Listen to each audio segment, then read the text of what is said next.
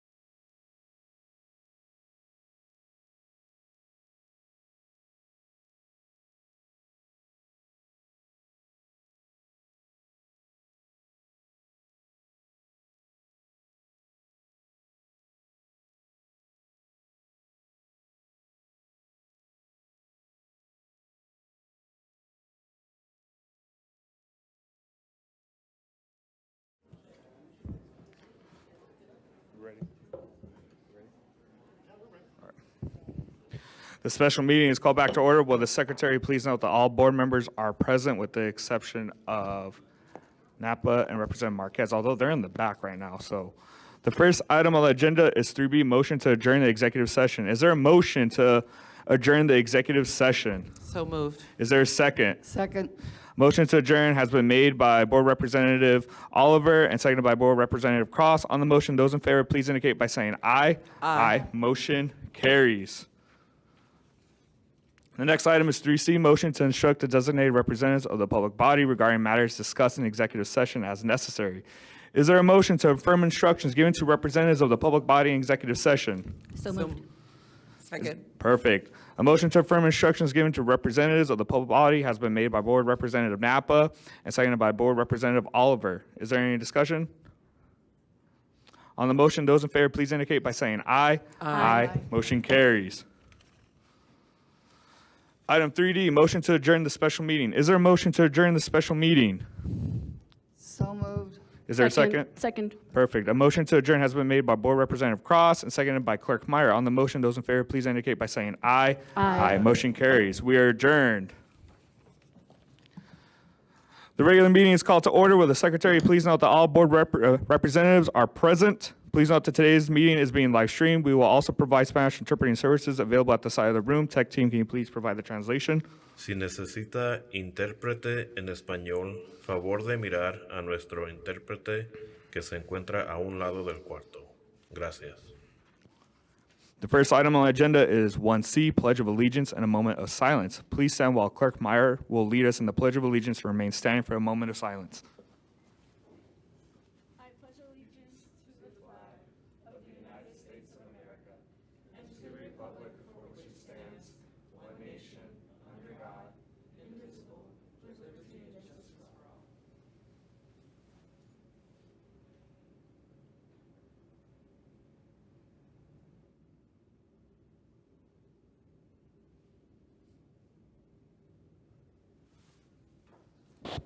Thank you, everybody, and please be seated. The next item on the agenda is 1D, the land acknowledgement. I will go ahead and read the land acknowledgement. The Phoenix Union High School District is responsible for and committed to creating educational environments that prioritize the achievements of Native American students. We are committed to making their cultural identity visible by acknowledging that our school district resides upon the ancestral lands of the original caretakers. The Hokogam, ancestors of the Akio Odom, Ankh Akio Odom, Tohono O'odham, and the Akchin. These sovereign nations are presently known as the Gila River Indian Community, Salt River Pima Maricopa Indian Community, Tohono O'odham Nation, and Akchin Indian Community. This formal acknowledgement is dedicated to the 22 sovereign nations of Arizona. Phoenix Union understands the importance of providing reparations through truth-telling. We recognize the historical injustices not traditionally taught in the classroom and are committed to practices prioritizing Native American knowledge, history, representation, and healing. We commit with an open mind to always respect the land, its histories, and its ancestors. Perfect. The next item on the agenda is 2A, recognitions and accomplishments. Tonight, we are proud to recognize an exceptional group of individuals for their historical accomplishment. Member Napa, will you please read tonight's celebration? Thank you, President Pastor Rivera. Happy Pride, everyone. Carl Hayden's High School's Falcons Esports Varsity Super Smash Bros. Ultimate Team has officially made history and captured the AIA Esports State Championships. Yes! This accomplishment includes the team becoming the first team in both Carl Hayden and Phoenix Union history to win a state title in esports. After 3 straight appearances in the championship round, the Falcons finally brought home the beautiful blue trophy through a combination of perseverance, strategy, and incredible teamwork.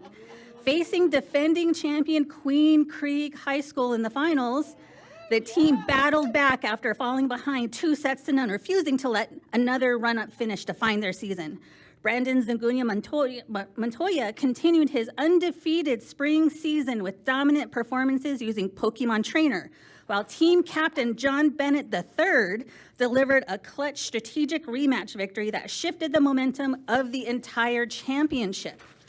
Alongside teammates Amare Avendano and Edgar Ochoa Bayona, under the leadership of Coach Michael Marmohello, the Falcons proved that resilience, preparation, and trust in one another can overcome any challenge. And the story is still being written, as the team has already advanced to the Play VS Cup National Tournament with a 3-0 victory over Floyd Esports from New Mexico, and now sets its sights on national championship or national competition. Please join us in congratulating the Carl Hayden Falcon Esports team on an unforgettable season and wishing them continued success as they compete on the national stage. Go Falcons!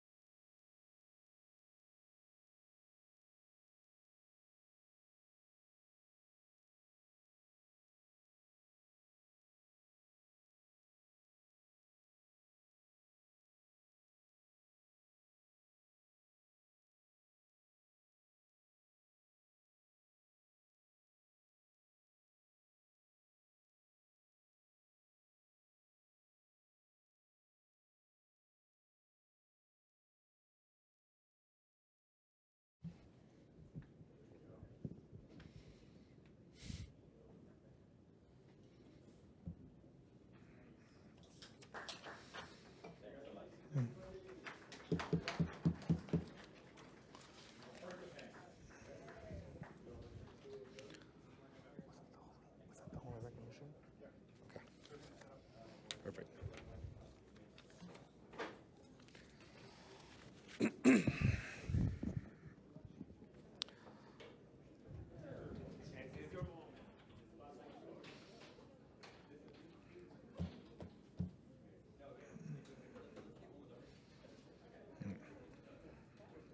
All right.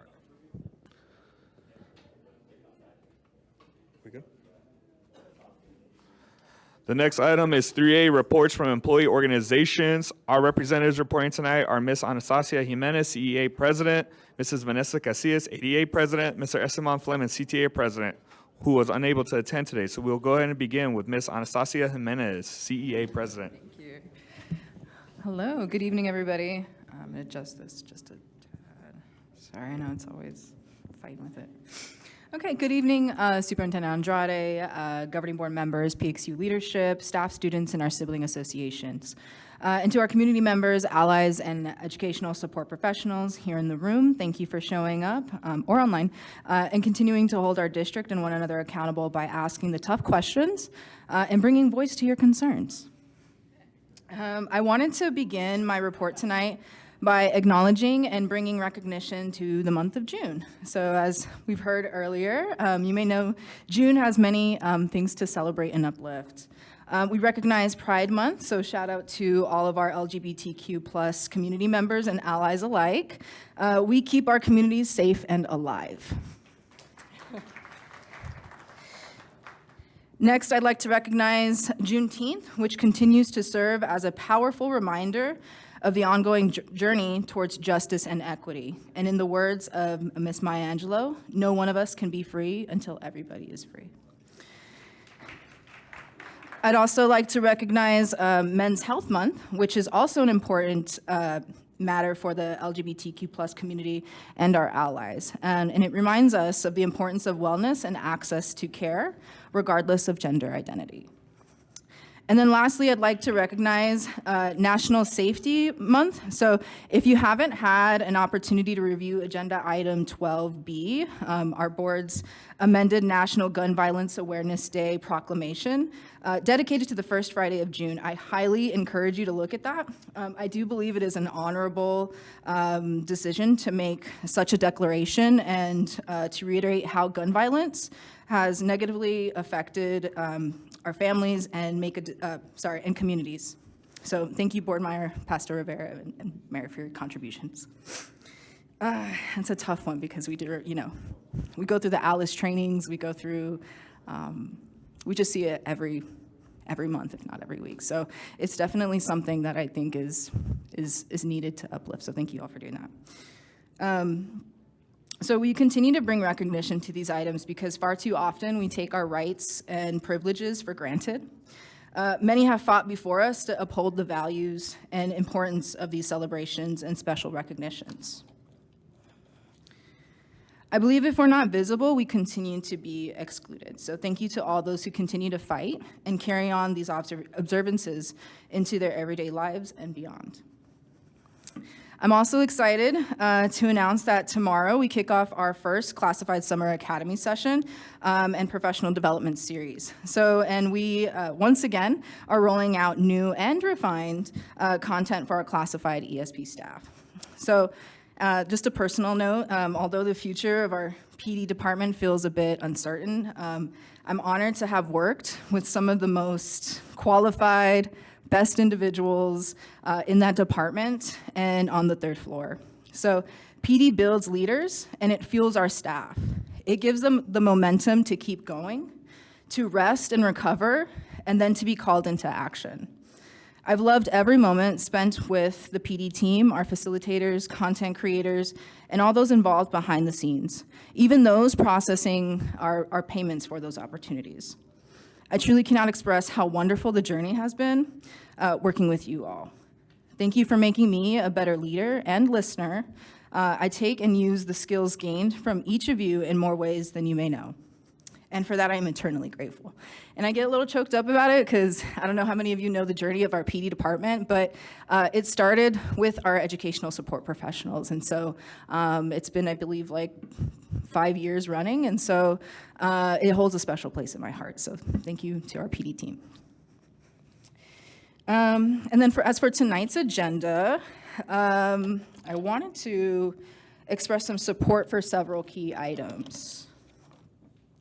Item 9J, 9K, as well as multiple items under agenda number 10, finance and legal, which some people don't really look over those pieces, but it kind of tells you a lot about the operations of our district. So I want to thank those who developed and supported the conversations and work around our MOAs.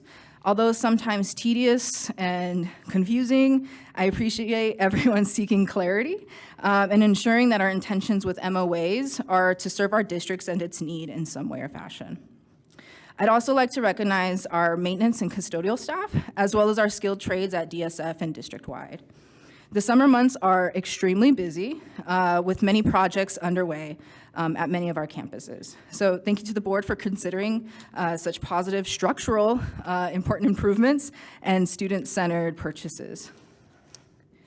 And then thank you for your time and tonight. So I look forward to the next school year. It's going to be a productive summer filled with planning, preparation, much training, and we just look forward to having a successful school year. So if you get the opportunity to rest, please take some time. I know I'm trying to take a little bit of time, but we'll see how it works out. So thank you tonight.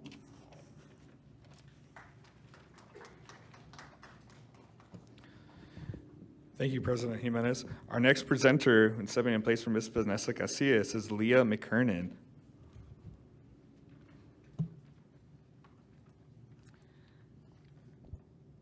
Good evening, Board President Pastor Rivera, Governing Board members, and Superintendent Andrade. Thank you for the opportunity to address you this evening on behalf of the Administrators Association. My name is Leah McKiernan, principal of Phoenix Digital Academy in PXU City, and I currently serve as the ADA secretary. I also want to add, I am the proud mom of a future freshman at Bioscience High School who is having a wonderful time in Intro to High School, so thank you, Bioscience. I would also like to recognize our two new leaders, Miss Angela Rodriguez and Daniel Garcia. Happens to be his birthday tonight, so if everyone can give him a round of applause. We're excited to have them as part of our team. Tonight, you will consider Agenda Item 7A, the ADE School Safety Grant Program. The ADA respectfully urges you to accept this grant. As a district community, we have discussed this issue for several years. Throughout those conversations, data has consistently shown broad support for school resource officers among students, staff, and families. SROs are not the sole solution to school safety, but they are a critical component of a comprehensive system of support and protection for our campuses. Having worked in PXU, in PXU schools with both with and without SROs, I can say with confidence that they make a meaningful difference. Trained in school-based law enforcement and guided by a community-oriented approach to public safety, SROs build strong relationships with students, staff, families, and the broader community. Those relationships foster trust, communication, and collaboration. I have seen firsthand the impact an SRO can have. As an assistant principal, I had a student return to campus after dismissal and report that she was being followed by people trying to lure her into a vehicle. Our SRO immediately took the report, communicated the information to law enforcement partners, and helped shorten the response time that led to those individuals being located and questioned. Because of that partnership, our community was safer. Beyond emergency response, SROs contribute to the daily life of our schools. They teach classes, mentor students, support families, and can provide a calm, trusted presence during difficult situations. I have seen SROs de-escalate conflicts, help students and families navigate crises, and spend time building positive relations by being present on campus and talking to students. Their commitment extends beyond enforcement. They are partners in creating safe and supportive learning environments. Their absence is noticeable on campuses that do not have them. Without an assigned SRO, schools lose a valuable resource and community partner. Response times can be significantly longer when incidents occur, and opportunities to build trust and collaborative relationships with law enforcement are diminished. At Phoenix Union, our mission is built on relationships with students, family, and our community. Those relationships are essential to ensuring every student receives the support necessary to succeed academically and personally. Access to an SRO on every campus strengthens our ability to coordinate services during crises, respond effectively to emergencies, and provide timely support when it matters most. By accepting this grant and investing in intentional partnerships with school resource officers, we can make our campuses stronger, safer, and better equipped to serve our staff, student, and families and community. This additional layer of support allows educators to remain focused on what we do best, providing excellent instruction, meaningful support, and opportunities for success for all of our 22,696 Phoenix Union students. Thank you for your time and consideration.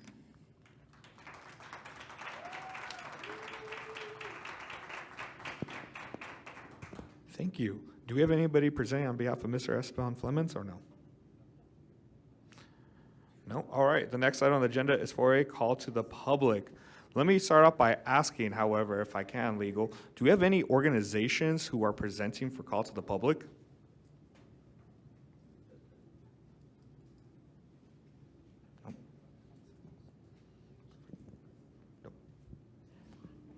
I believe Clerk Meyer may have a list. At least this is a note down in your organization. It just says what reference they're speaking to. Okay, then we can proceed as is. All right, the next item on the agenda is for a call to the public. Tech team, can you please play the audio?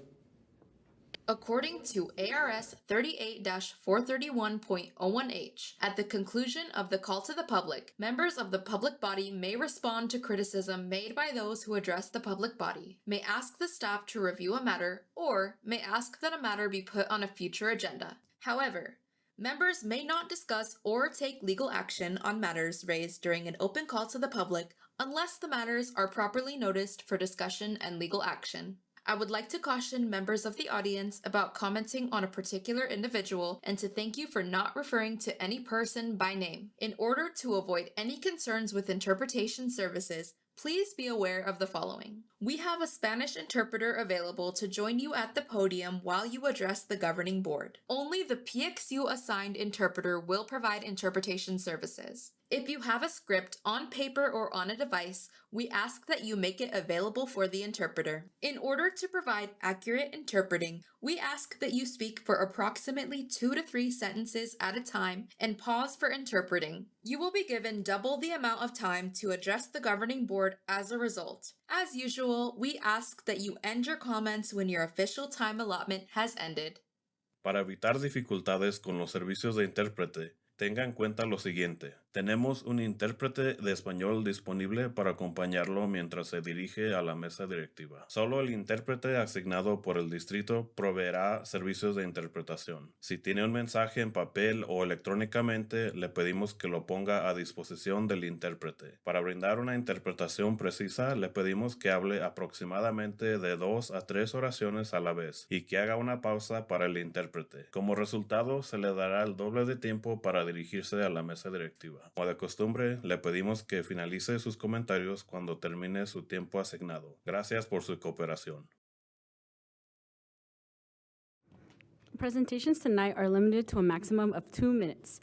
Tonight, we have the option for members of the public to participate in person and virtually. We will start with our speakers who registered online. And tonight, we have 2 registered speakers for online. And so first to go would be Jessica Gomez, followed by Michelle Ruiz. So Jessica Gomez, can you hear us? Good evening, Superintendent. Okay. Yeah, you can start now. Thank you. Good evening, Superintendent at PXU Governing Board members. My name is Jessica Gomez. I am a PXU classified staff member of North High School, and today I come before you as a parent in support of having SROs on campus for the 26-27 school year. My perspective is unique as I see both sides as a parent and a staff member. As an employee, I have witnessed emergencies on campus where our SROs step in immediately to help. In those critical moments, it is not about the minutes, it is about the seconds. Instead of calling 911 and waiting, we already have a trained professional on site, ensuring students receive medical attention right away. I have seen how their presence help us respond quickly during nearby incidents, helping determine whether we need to go into lockdown or notifying us that all is clear. Those decisions matter. I have also seen the relationship they build. Our SROs are not just officers, they are mentors. They talk with students about their goals, weekends, and future. They build trust with our staff, students, and community members. That trust extends beyond our students to their families. This school year, I have witnessed an increase in families coming to meet with our SROs to report incidents that have occurred outside of campus. This speaks of the level and trust they have in our SRO when it comes to handling delicate and important matters. As a parent, that matters deeply to me. I do not see fear or profiling. What I see is support, guidance, and another adult who cares about my child's well-being. While we cannot control everything that happens in the world, having an SRO on campus gives me a peace of mind knowing that if my child faces a medical emergency or safety situation, help is already there. SROs are part of what keeps our schools safe, connected, and supported. At the end of the day, this is not just about policy, it is about people. It is about our children, our staff, our community. I ask you to choose safety, to choose support. Thank you. Up next is Michelle Ruiz, followed by our in-person speaker, Nidra Shepard. Good evening, board members. My name is Michelle. I'm a PXU alumni and youth organizer who spent nearly a decade advocating for safe schools without police. I'm here to urge you to vote no on accepting SRO's program grant that would fund 15 SROs across PXU. PXU's presentation shows the district already has an extensive safety measure in place: cameras, control, entry points, emergency alerts, weapon detector system, safety team, social worker, psychology, and student support. Students already experience extreme monitoring on campus. I mean, y'all make students request to use the restroom through an app. Adding more police is not the solution. Police are not counselors, social workers, educators. They are trained to enforce the law, investigate crimes, and make arrests. No amount of school training will change the role. We're living in a moment where we're seeing increase of ICE and anti-immigrant attacks. For many students and families, especially migrant families, more police present does not create safety. It creates fear and anxiety and distrust. In 2024, the Department of Justice found Phoenix PD engaging in patterns of excessive force discrimination against Black, Latino, and Native people. These are the officers we do not need to be showing us know your rights. Also, let's remember in 2020, after PXU removed police officers, so our students really deserve more. They deserve counselors over cops, healing over surveillance, and I urge you to vote no. Thank you. Up next is our in-person speakers, and first is Nidra Shepherd, followed by Bridget Miles.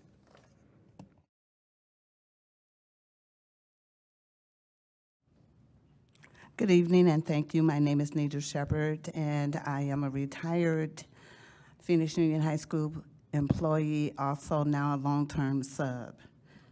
As I stand here this evening, I am reminded of the many times that I have stood before you and asked for transparency, consistency, and fairness across the board. I was told that a former superintendent, and most of you are from that cabinet, believes that anyone over 50 should not be in leadership or in the classroom. Even though I don't believe in throwing the baby out with the bathwater, I will take experience over youth in a heartbeat. Youth likes to take the long shot, maybe the three-pointer when there's no one protecting the basket to get the rebound. When you hire the right person is chosen in a position, and in that position, if they believe in what they are doing, and if they are consistent and fair across the board, you will not have the division of the campuses that you see right now happening on a lot of our campuses. Phoenix Union, let's not be in that race to the bottom. We can't please all the people all the time, or none of the time, all the people. However, we do need to show some compassion. The amendment that allows us freedom of speech, let me say thank you to you for these few minutes that I have. And in closing, I want to share with you 40% of Americans are forced to retire before they are ready, and 55% of them are minorities with various different reasons. I want to remind you of Harold Melvin and the Blue Notes lead singer Teddy Pendergrass when he said, "Wake up, everybody." And for those of you who don't know Harold Melvin, there was John Legend in 2010, and the Babies in 2024. There was. Thank you. Up next, we have Bridget Miles, followed by Charisse Williams.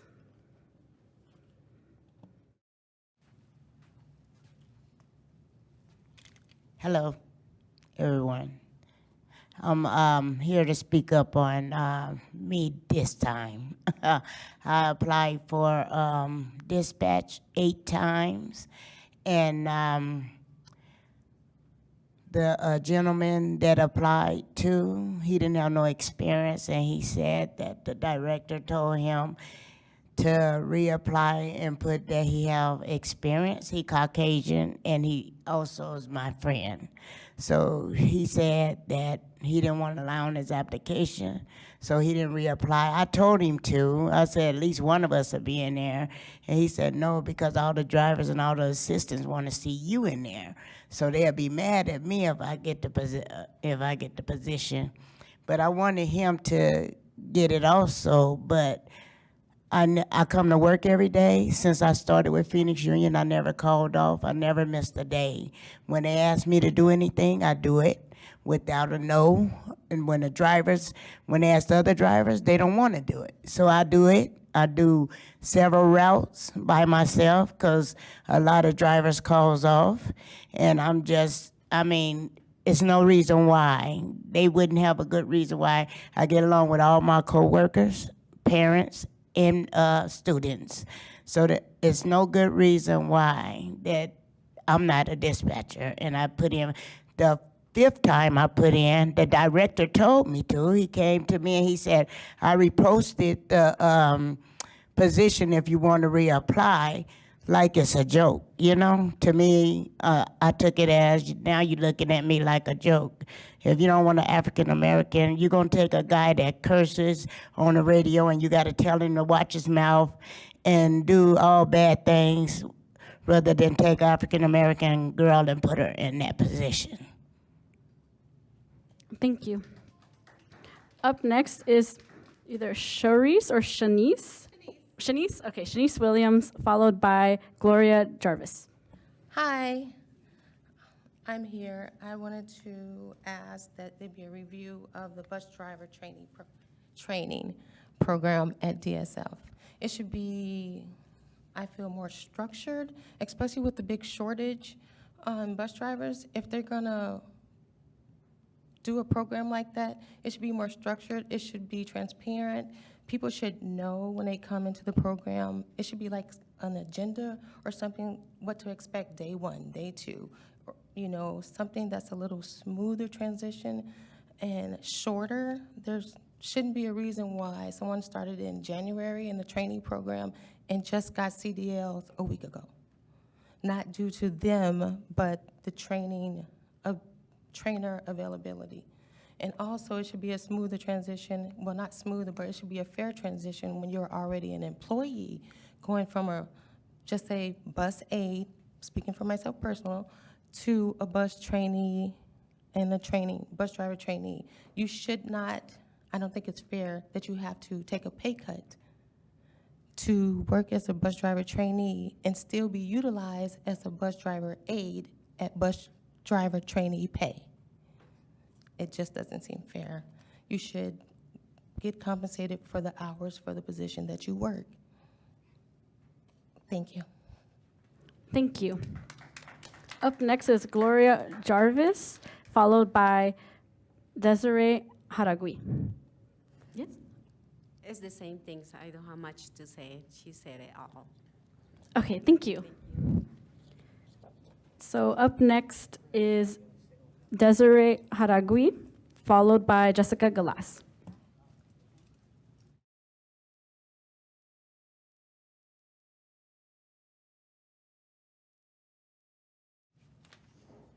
Hello, everyone. Good evening. On behalf of the Cactus Canyon volleyball team, we wanted to thank you for allowing me the opportunity to speak today regarding approval or denial for our volleyball team to attend an out-of-state tournament.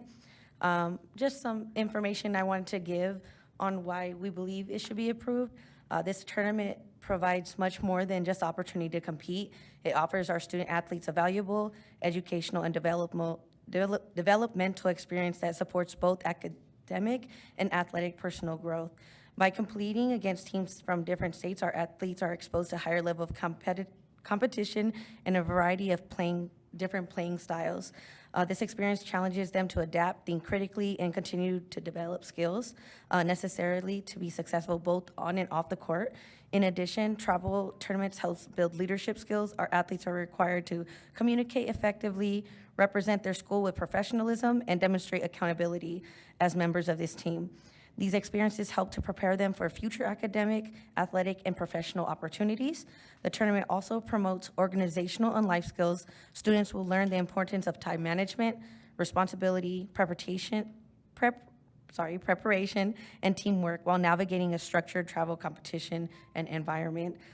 Perhaps most importantly, this event may provide exposure to the college coaches and recruiting opportunities. For many of our athletes, competing in front of collegiate programs can open doors to higher education and athletic scholarships that may be otherwise not available. Our goal is to provide experiences that help students grow as athletes, leaders, and young adults. Approval of this tournament would allow our athletes to gain valuable competitiveness, experience, represent our school with pride, and pursue opportunities that can positively impact their futures. Thank you again for your time and consideration. Thank you. Up next, we have Jessica Galas, followed by Valerie Flores.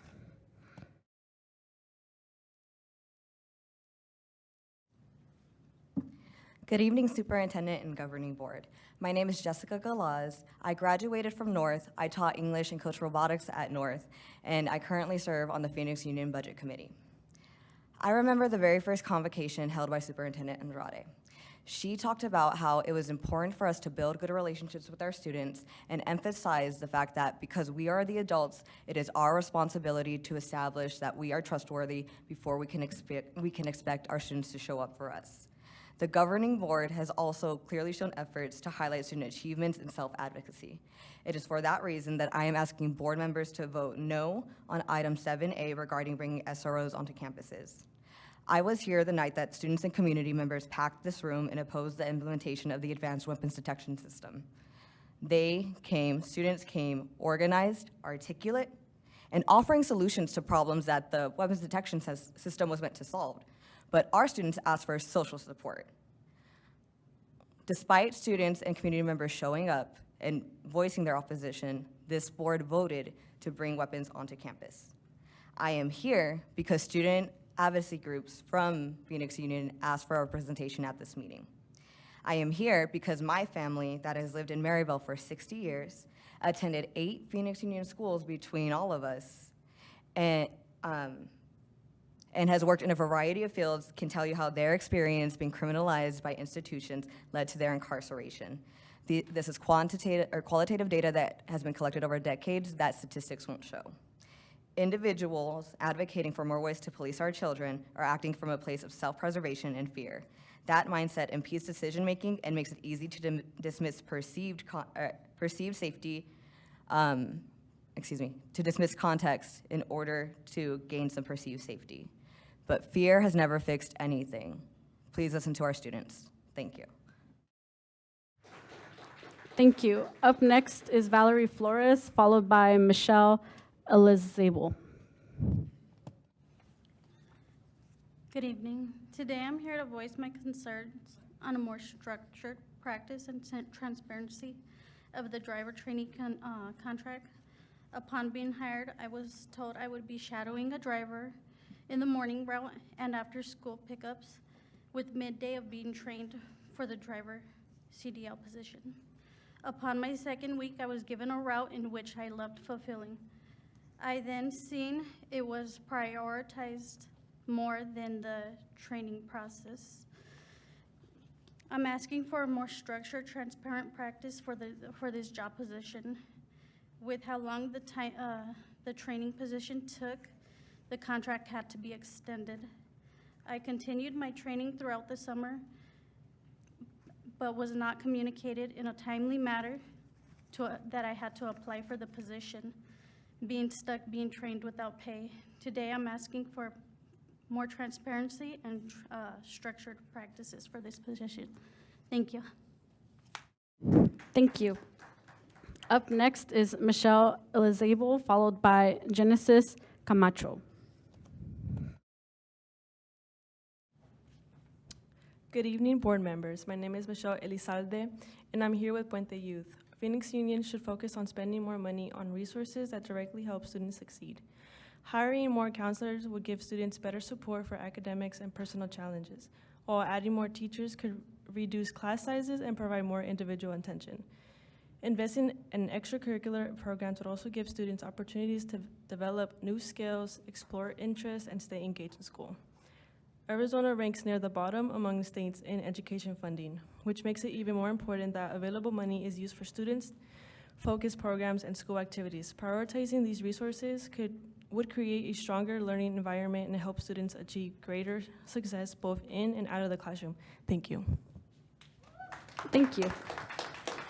Up next, we have Genesis Camacho. Good evening. My name is Genesis Camacho, and I'm here today to speak about the proposal to add more SROs to PXU schools. Everyone wants students to be safe, but safety is not created through fear or more police in our schools.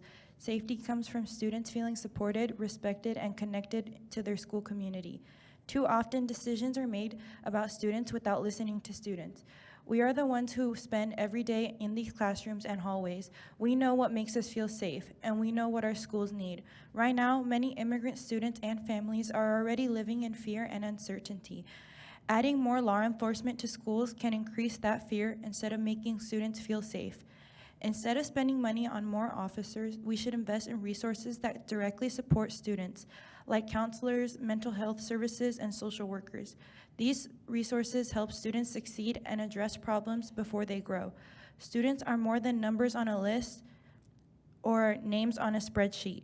We are people with goals, challenges, and dreams about our future. Our voices deserve to be heard when decisions are being made about our schools.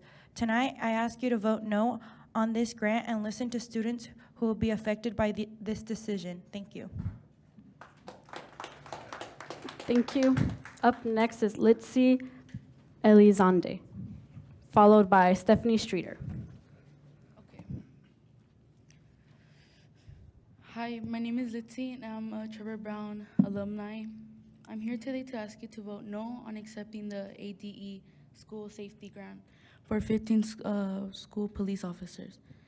I was a student when I first experienced firsthand what it feels to be under policing. When it was put into act the year 2023 to the 2024 school year, it didn't make me feel like safe, or my peers as well. It just created an environment of anxiety and fear. We cannot ignore the facts that, as outlined by the U.S. Department of Justice of June 2024 findings, the Phoenix Police Department has a documented history of systematic harm towards our youth, marked by excessive force and several discrimination against Black, Latino, and Native students. Why would we expand the presence of that exact system into our schools? Our current students do not need more surveillance. They deserve real support. We cannot invest in things that low-key we can invest in, like counselors, mental health resources in our communities. Vote no for this grant. Thank you for your time. Thank you. Up next, we have Stephanie Streeter, followed by Jamie Johnson.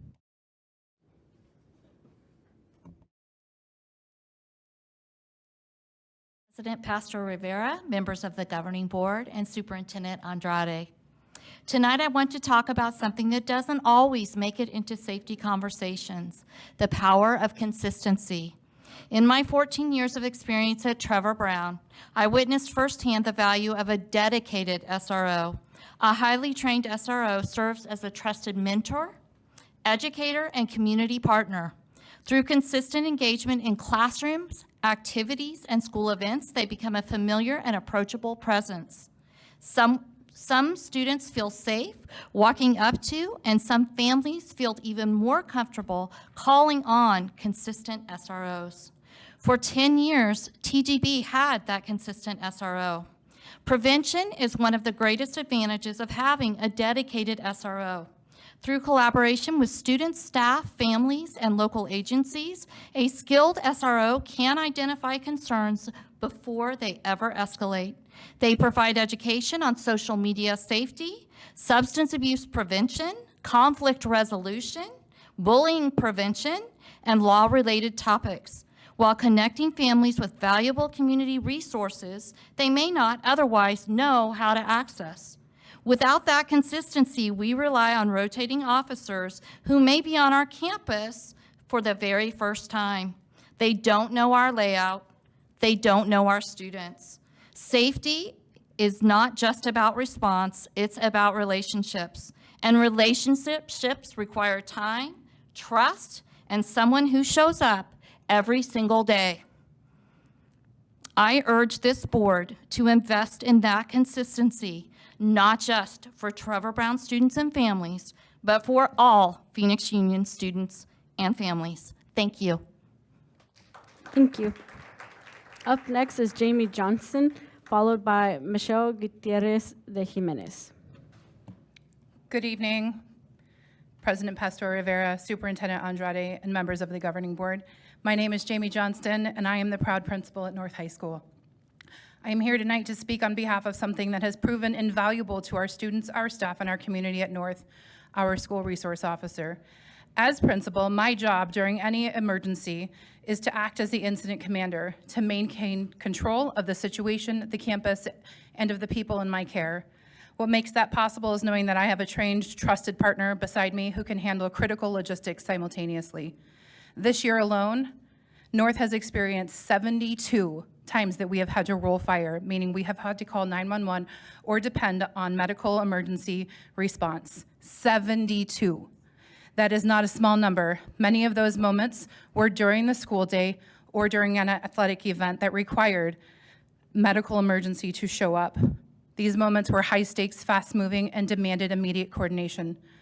Our SRO's direct line to dispatch center has been a game changer. When a medical emergency unfolds, I don't have to split my attention between managing the scene and navigating a 911 call, which sometimes takes upwards of 5 minutes to get an answer, ask to be transferred to fire, and get them to report to our exact location. Instead, my SRO handles that connection quickly, professionally, and with the kind of situational awareness that only comes from being embedded in our school community. That allows me to stay focused on what only I can do, keeping students and staff calm, keeping staff coordinated, and keeping our campus secure. This is not a luxury. This is a safety infrastructure that our students depend on, whether they know it or not. I ask this board to vote in support tonight of school resource officers. The return on that investment is measured not just in response times, but in lives protected and crises managed with care and competence. Thank you. Thank you. Up next is Michelle Gutierrez de Jimenez, followed by Julio Rubio. Good evening, President Pastor Rivera, members of the governing board, and Superintendent Andrade. I want to share something with you tonight that doesn't always get talked about in safety conversations, and that is what happens when the outside world walks through our gates. In my experience, leading a campus without a dedicated SRO, I learned a difficult lesson. What happens in the community does not always stay in the community. Incidents unfolding just beyond our campus, conflicts, police activity, neighborhood unrest, have a way of spilling onto school grounds. And when they do, the consequences are immediate. Students are pulled from classrooms, staff are placed on high alert, and the entire campus goes into lockdown. In these moments, the weight of that decision falls squarely on the principal and the administrative team. We are simultaneously trying to account for every student, communicate with staff, notify families, and coordinate with law enforcement, all while waiting for a response, waiting for accurate information, waiting for someone with the training and authority to help us navigate what is unfolding in real time. That wait is not acceptable when student safety is involved, when our students' safety is involved. A dedicated SRO changes that picture entirely. An SRO embedded in our campus and connected to our local law enforcement network can receive information in real time before a situation escalates, before it reaches our students, and before we are left managing a crisis without the support we need. They become our eyes, our ears, and our direct line to the people who can help. Our students should never feel the chaos of the outside world inside their school. And our principals and staff should never have to face. Thank you. Up next is Julio Rubio, followed by our last speaker, Daniel Shields. Good evening, President Pastor Rivera, members of the governing board, and Superintendent Andrade, and Phoenix Union community. I'm Dr. Julio Rubio. I'm the proud principal at Carr-Hayden Community High School.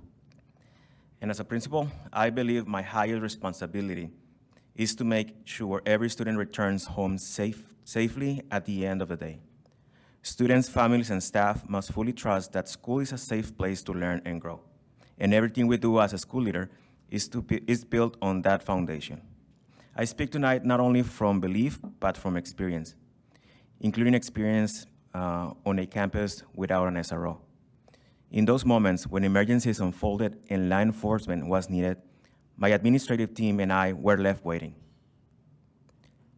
for a response, waiting for information, waiting for support that should have already been standing beside us. In a crisis, every minute feels like 10. And those extended response times place a significant burden on our teams, and more importantly, on the safety of our students. Having an SRO on campus changes that equation entirely. An SRO provides near immediate accurate information when it matters most. In those moments, school leaders must make fast decisions based on facts, not rumors, not confusion, not delayed communication. The direct connection to law enforcement is not a luxury, it's a lifeline. In the event of a lockdown or other critical emergency, having a trained law enforcement partner already on campus can change response time from several minutes to just seconds. Those seconds matter. What an SRO will be is an additional layer of safety, one who is available to answer questions, mentor students, build trust with families, and serve as a consistent, approachable presence in our. Thank you. And our last speaker for tonight is Daniel Shields. Good evening, Governing Board President Pastor Rivera, Governing Board members, Superintendent Andrade, and community members. My name is Danielle Shields, and I'm the principal of Central High School. I have worked at Central for the past 4 years, 3 years as the assistant principal for student support, and this year as the principal. I'm here today to respectfully express our need for a school resource officer. Central High School is a beautiful and diverse campus located in the heart of Phoenix. One of our strengths is that students come to us from across the valley. Our proximity to the light rail is a major benefit because it gives us our students access to our school, our programs, and opportunities that they may not have otherwise. However, that same access also brings challenges. Over the past 4 years, there have been multiple situations where law enforcement support was needed, and it would have been extremely helpful to have a dedicated officer on campus. We have had our students report being harassed on their way to school. We have also had ongoing concerns with individuals from the surrounding area, including unhoused individuals attempting to come onto campus. When we call the non-emergency line, we get put on hold for up to 40 minutes, and then it can take hours for them to respond if they're even able to respond at all. This is not a criticism of Phoenix PD. We understand that they are doing the best that they can with the resources they have, but a lot of times when we do call, they ask us, do you have an SRO? But the reality is that our students, staff, and families need more immediate support when safety concerns arise. Having a school resource officer would not just provide a faster response, it would allow us to build a relationship with an officer who knows our campus, understands our students, and can help prevent situations from escalating. And our SRO would be a visible, trusted presence who can support reporting, respond quickly to concerns, and partner with us in keeping our community safe. Our students deserve to feel safe coming to school, being at school, and leaving school. Our families deserve to know that when a concern arises, there is someone on campus who can respond immediately. And our staff deserve support when they are working every day to protect and serve our students. For these reasons, I request that the board approve the addition of a school resource officer. Thank you. Thank you. That concludes our call to the public.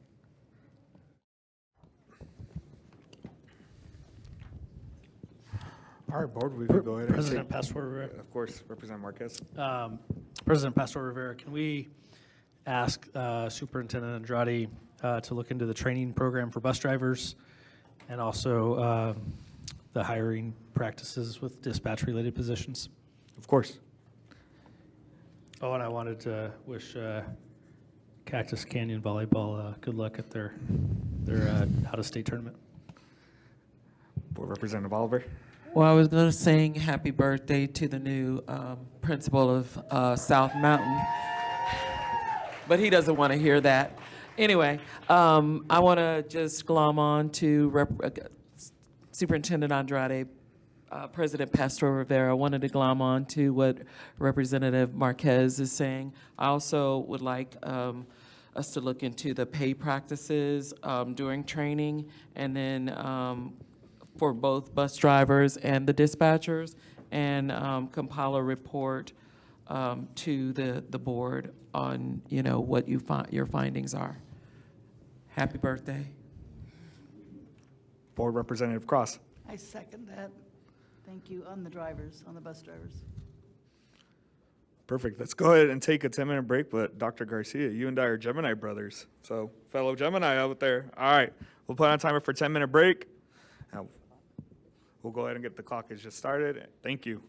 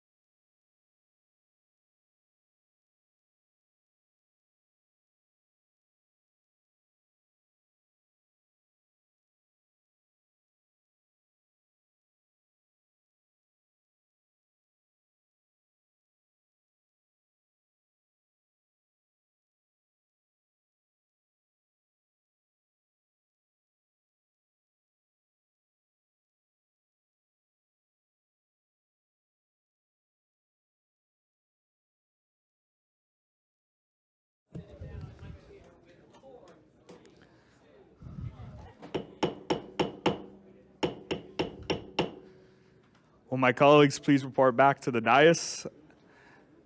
Board Representative Oliver, thank you for pointing out. Oh, my apologies, my apologies. I didn't snitch.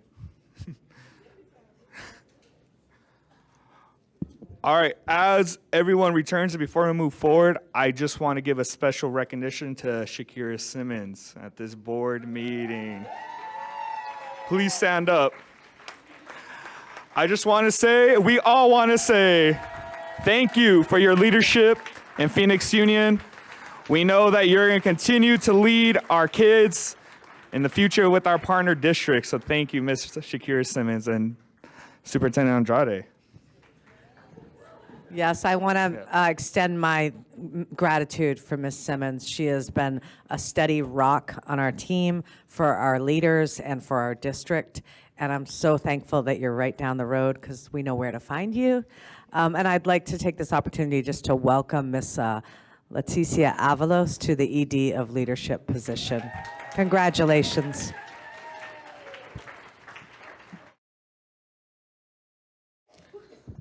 They didn't know we were going to do that. All right, the next item is 5A, approval of consent agenda. Is there a motion to approve the consent agenda item as presented? So moved. Is there a second? Second. Ooh. Ooh. A motion to approve the consent agenda as presented has been made by Representative Marquez and seconded by Board Representative Napa. On the motion, those in favor, please indicate by saying aye. Aye. Motion carries. The next item is 6A, Superintendent's Report. Ms. Andrade, please provide your report at this time. Thank you, President Pastor Rivera. Good evening, Community Governing Board. I begin my report tonight by highlighting June as Pride Month. The Phoenix Union High School District will always celebrate and honor our LGBTQ plus staff, students, and community members. Our Campus Gay Straight Alliance clubs hold annual Pride and Unity conferences to give these students and allies an opportunity to explore topics unique to this often misunderstood and sadly persecuted community. This month and every month, we celebrate our staff and students who live in their truth and will always support the diversity that makes our district such a beautiful and accepting place for all. Later this month, we will celebrate Juneteenth by closing our doors and allowing observation of the oldest nationally celebrated commemoration of the end of slavery in the United States.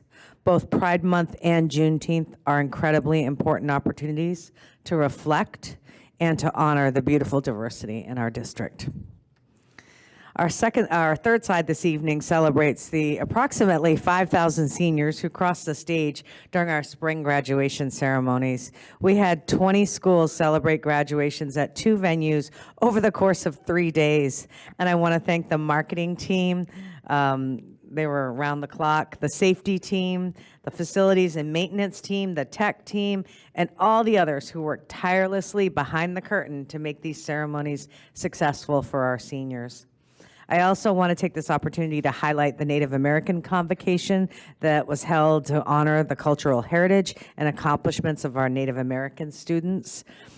This program and Ms. Maris put a lot of hard work to give our Native American seniors and their families a beautiful and memorable experience. So thank you to all who made the events at the end of the year, these celebrations a success.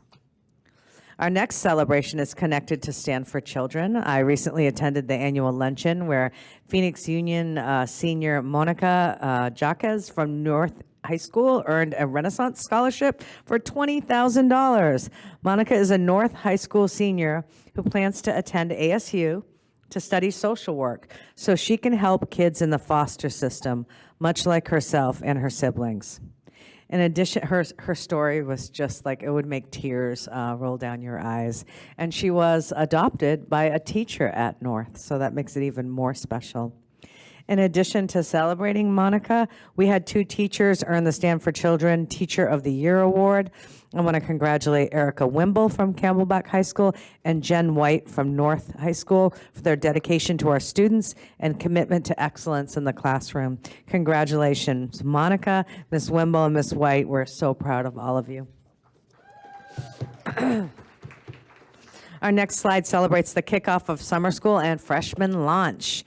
Each year, we provide summer opportunities for our students to catch up, get ahead, and in addition to welcoming our incoming freshmen to campus so they can learn how to be successful in high school while earning elective credit. This year, we're excited to welcome approximately 7,600 students, over 1,300 of which are just incoming ninth graders getting a head start, to our summer school and freshman launch programs. These programs are critically important for keeping our students engaged with our campus over the summer. They get to receive free meals and learning opportunities in safe and cool environments. For those of you who are working to get to the finish line, don't worry, we'll be celebrating you at our summer graduation at the summer on Tuesday, July 7th at 6 p.m. at Central High School. Board, earlier this evening on the consent agenda, you might not have realized it, but you approved the launch of City Year for next school year at Central High School. This has been a long time coming, and I'm so excited for City Year to come to Phoenix. This program will provide wraparound support, academic support for our students, especially with a target in the ninth grade. It will launch at Central High School, but it's really a continuum in partnership with Osborne Elementary District. And it starts at Solano in the third grade, and it goes to Osborne Middle, and then they matriculate up to Central in the program. So this provides near-peer students. So each school gets anywhere from 8 to 12 on the ground city year near peers. This year, they're from the Mary Lou Fulton College of Education at Arizona State. Maybe they want to be a teacher. Maybe they're thinking about it. Maybe social work. We don't know, but they're interested, and so they're going to put that red jacket on and give back to the community. So next year, just look for these red jackets to see the boots on ground, and they'll be in the classrooms, especially in those content area classrooms, helping our Phoenix Union students stay on track, tutored, reteaching, and staying connected to school. I want to thank you, board, for the hard work and advocacy to get this program here. Principals, keep your eye out. If you want City Year, advocate for it, because we will be replicating it at other campuses. And thank you again for supporting this program. Our next celebration is quite an accomplishment for the graduating class of 2026, who earned $210 million in scholarships. This is a new district record. This in addition to our district surpassing all goals this year for FAFSA, with 52.54 of our students completing the FAFSA. Now, I'm pretty sure that the state is at 43 point something, and so I just want to reiterate, 52.4 of our seniors finished the FAFSA. That's up from 46% last year. And we were celebrated by the Arizona Board of Regents. If you saw this in the news last month, it was likely that you might have seen Joseph Parra Miguel from Phoenix Coding Academy, who was the district's first ever $5 million scholar. There are also so many great celebrations in the realm of college going for our seniors.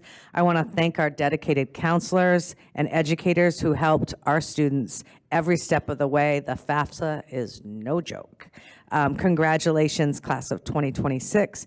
And to the class of 2027, you've got a nice challenge ahead of you. Our next highlight this evening welcomes 2 new campus leaders at the academies at South Mountain and Camelback High School. I'm so excited to share the birthday boy, Dr. Daniel Garcia, as the next principal at the academies at South Mountain, and Miss Angela Rodriguez serving as the interim principal at Camelback.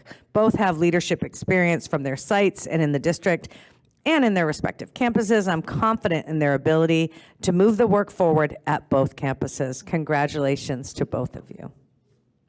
Our next story is a once-in-a-lifetime opportunity awaiting 10 deserving students from the academies at South Mountain.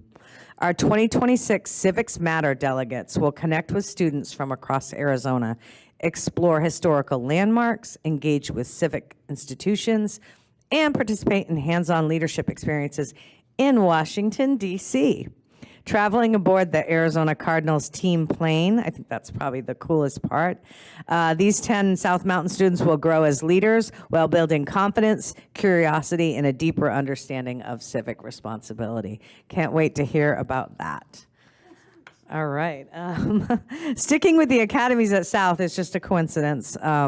Tonight, we're proudly recognizing academies at South Theater Department for making history at ASU Gamage High School Musical Theater Awards, where South Mountain was the only Phoenix Union school selected to perform at this prestigious statewide event. Competing against schools with far greater resources, our students delivered an incredible performance of Little Shop of Horrors that showcased their talent, resilience, and heart. We also celebrate Nina Mons for earning recognition as an official Best Supporting Female finalist for her outstanding portrayal of Audrey II. Their success is a powerful reminder that excellence and artistry thrive throughout Phoenix Union. Each year, I'm honored to celebrate the annual PXU Sports Award Night for the district. At this event, we literally pack the stage at Central High School with student athletes and celebrate their incredible accomplishments from the field to the court, from all of our campuses. One accomplishment, though, in particular that I want to highlight this evening is right here on the dais, our Chief Achievement Officer, Miss Laura Tejas. She was awarded the Champion of Women Athletics Award for her lifelong advocacy for girls' sports.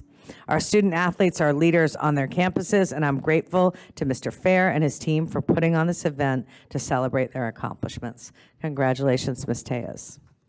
Tonight, I'm proud to highlight our Upward and Onward Transition Program and its partnership with Ability 360, where students gain real-world job and life skills through hands-on internships. Led by Carrie Baca, one of the 5 finalists for the Arizona Education Foundation Teacher of the Year, students participate in professional work environments that help build confidence, responsibility, teamwork, and workplace readiness. Students share how much they enjoy these learning professional skills, helping others, and preparing for future careers through this experience. We're grateful to Ability 360 for creating opportunities where our students feel included, valued, and empowered to succeed. And last but not least, I close my report this evening by spotlighting our graduating seniors' post-secondary plans. This year, we surveyed our 12th graders and had more than 1,400 responses sharing their post-high school plans. We learned that 35% will be attending a community college, with Phoenix College and Gateway College being the top 2 runners. 4% will enlist in the military, with the Army being the most chosen branch of service. 26% will attend one of our in-state universities, with Arizona State. Did you hear that, Dr. Dialba?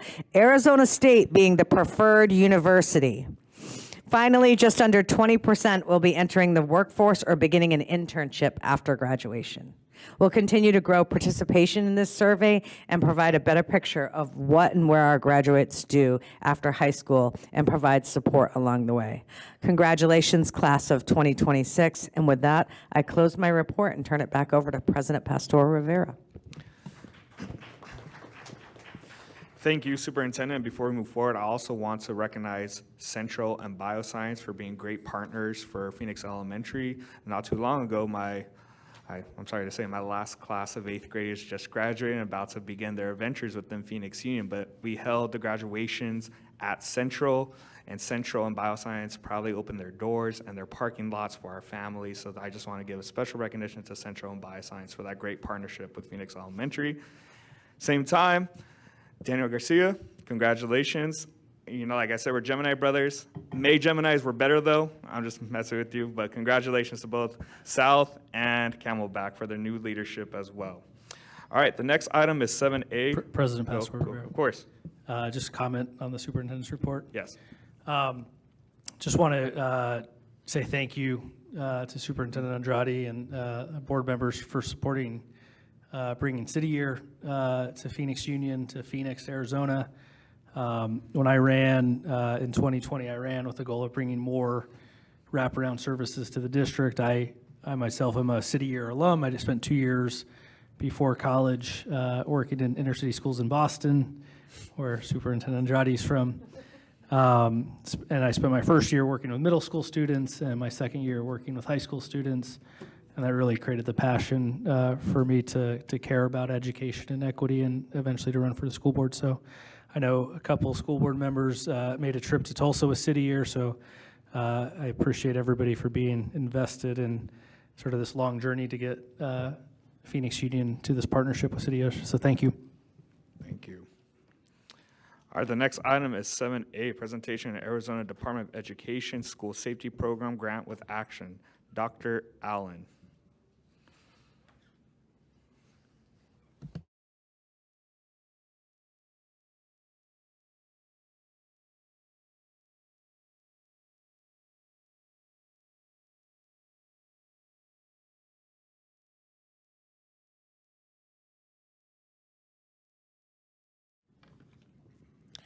Good evening, President Pastor Rivera, members of the Governing Board, and Superintendent Andrade.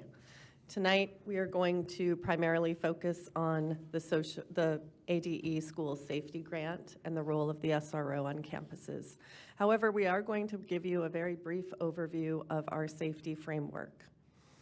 We will share a little bit of data that was used for the grant application, and then lastly, we're going to present the state's grant award to our district. While our request is approval of the SRO grant, we want to recognize that safety in PXU extends far beyond just an SRO on our campuses. I think we heard tonight from one of our speakers, foundationally, safety begins with the work of our educators, our counselors, our safety teams, our mental health supports, our restorative practices, community partnerships, and the strong connections that we build every single day. Our approach to safety is proactive. It's centered on creating learning environments where every student and staff member feels safe, supported, and seen.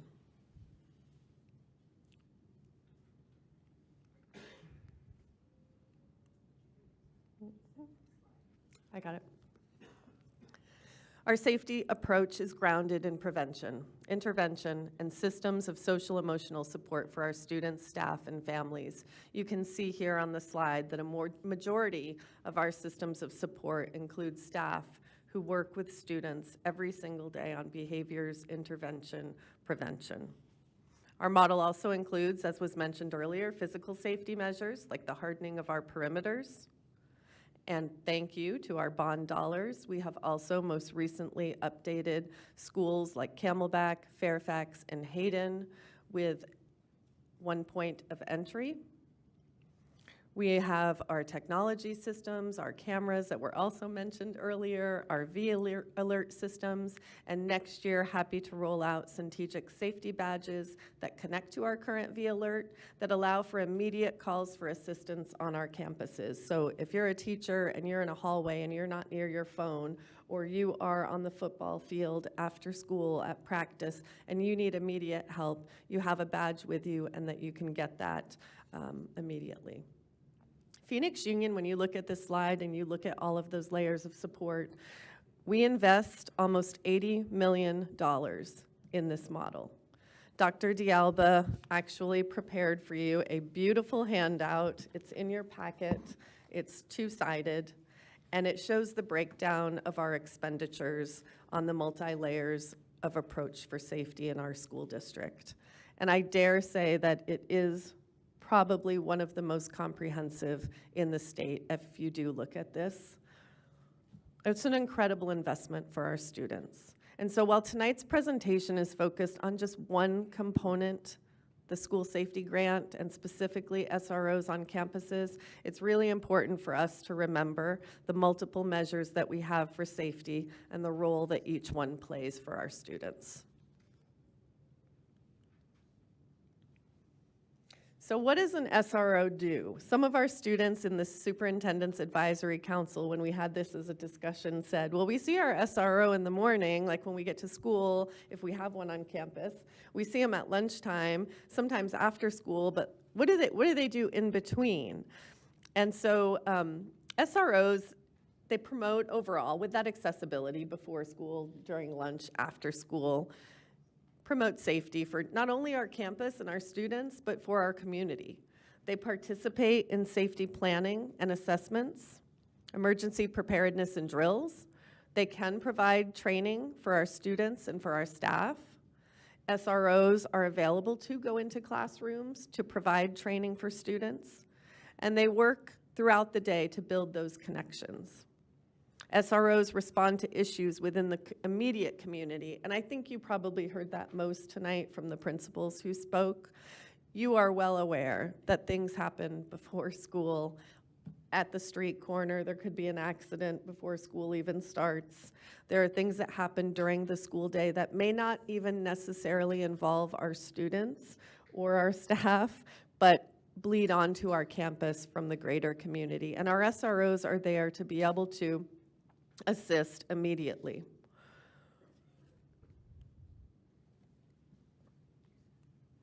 Not working.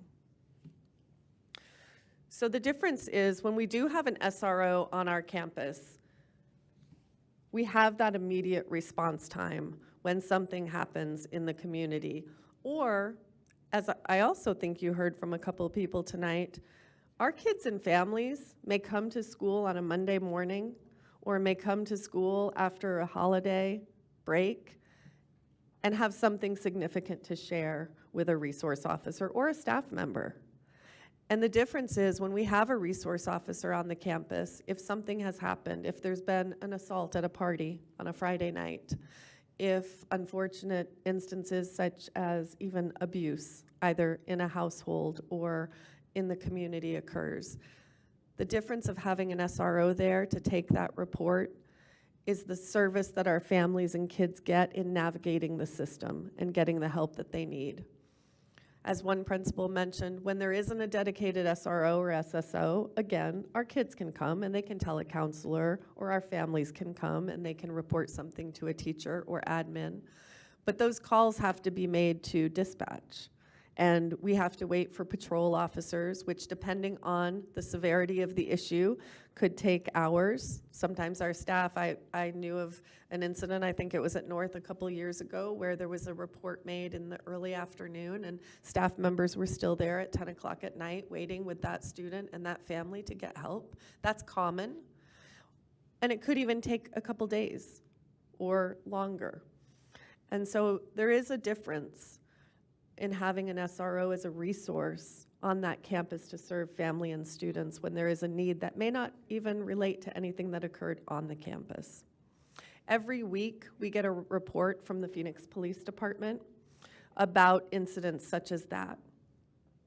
And so Mr. Chris Rhodes, our Campus and Community Director of Safety, he is the liaison directly with the police department, our director in safety. He's going to review a little bit of that data with you. So again, these are instances of things that are reported to the campus that need police assistance, that do not happen on our campus, or the calls are not initiated by us. He's going to review a little bit of that data, and then Ms. Vanessa Casillas is going to talk about some community crime data that we used when applying for the grant. Good evening, President Pastor Rivera, Superintendent Andrade, governing board members. As Dr. Allen mentioned, I'll be going over the calls for service as they relate to Phoenix Union High School District. For the 26 to 25-26 year, we had approximately 500 service calls, and I'm going to highlight the top 3 areas. This does not necessarily mean that the actual event or crime occurred on the campus. We often have students, parents, and community members come to our schools to make reports regarding incidents that are unrelated to the campus but involve our students. As a result, the calls for service data should be viewed as a measure of reported activity associated with district campuses rather than a direct measure of crimes or incidents occurring on our school property. So if you look at the chart there with violent offenses, we have calls such as assaults, fights, threatening calls, and domestic violence. For the community offenses, we have calls such as welfare checks, suspicious persons, car accidents, and missing juveniles. And I definitely would like to say for the missing juveniles, we had 15 of those calls. So those 15 calls where parents actually came to our campus and reported their student didn't come home. And if you ever spoke to a parent where their student didn't come home, it's heartbreaking. And where that parent didn't know how to navigate that. So they would come to our campus and meet with our principals and our officers to navigate that.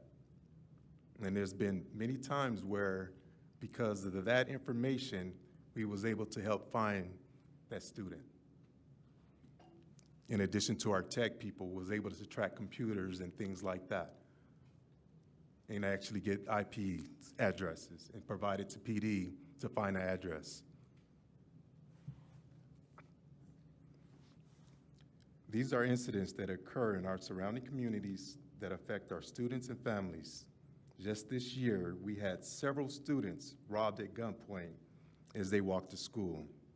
We had another student that was sitting at a bus stop and was assaulted as she was waiting for the bus to come to school. In both incidents, the students went to our schools and reported these incidents to the principal and the officers on campus.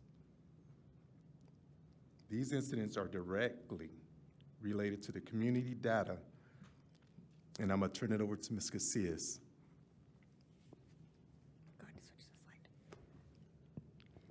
Thank you, Mr. Rhodes. Good evening, President Pastor Rivera, Superintendent Andrade, and our esteemed governing board members. The slide that you are seeing is the community crime data from 2022 to 2024 by region within PXU boundaries.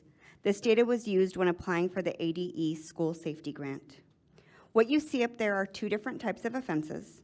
There are person offenses, which are crimes committed against individuals, such as assaults, abuse, domestic violence, and homicide.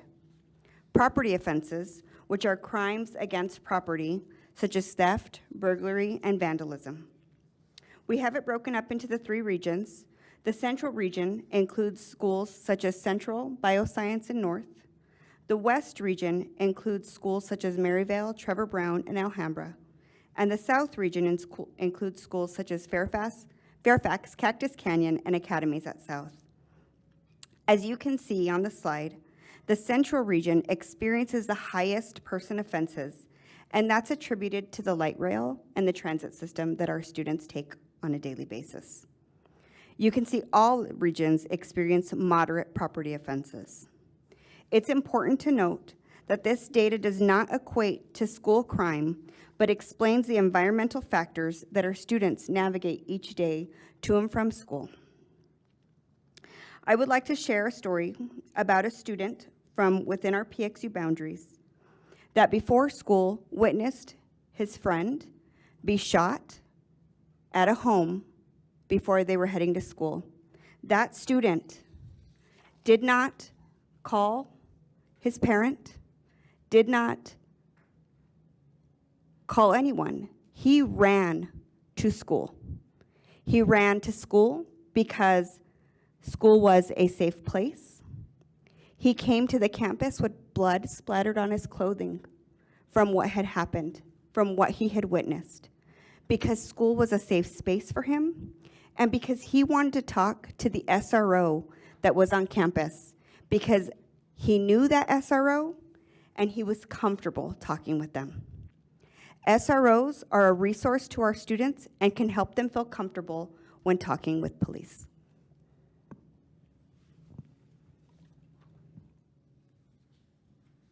So data such as this crime density data that was pulled directly from the Phoenix crime density maps, as well as some of the data, the calls that we receive, that Mr. Rhodes went over, as well as school-specific data, was used when we applied for the school safety grant. We also did conduct just a one-question survey of our community regarding their interest in having an SRO on campus. Here you can just see the results. All groups were in support, with the parents voting at the highest rate.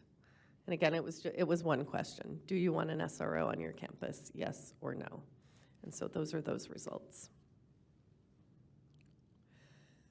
I referenced this earlier, but our Superintendent's Advisory Council spent one of their sessions talking about SROs, SSO model, as well as safety in general.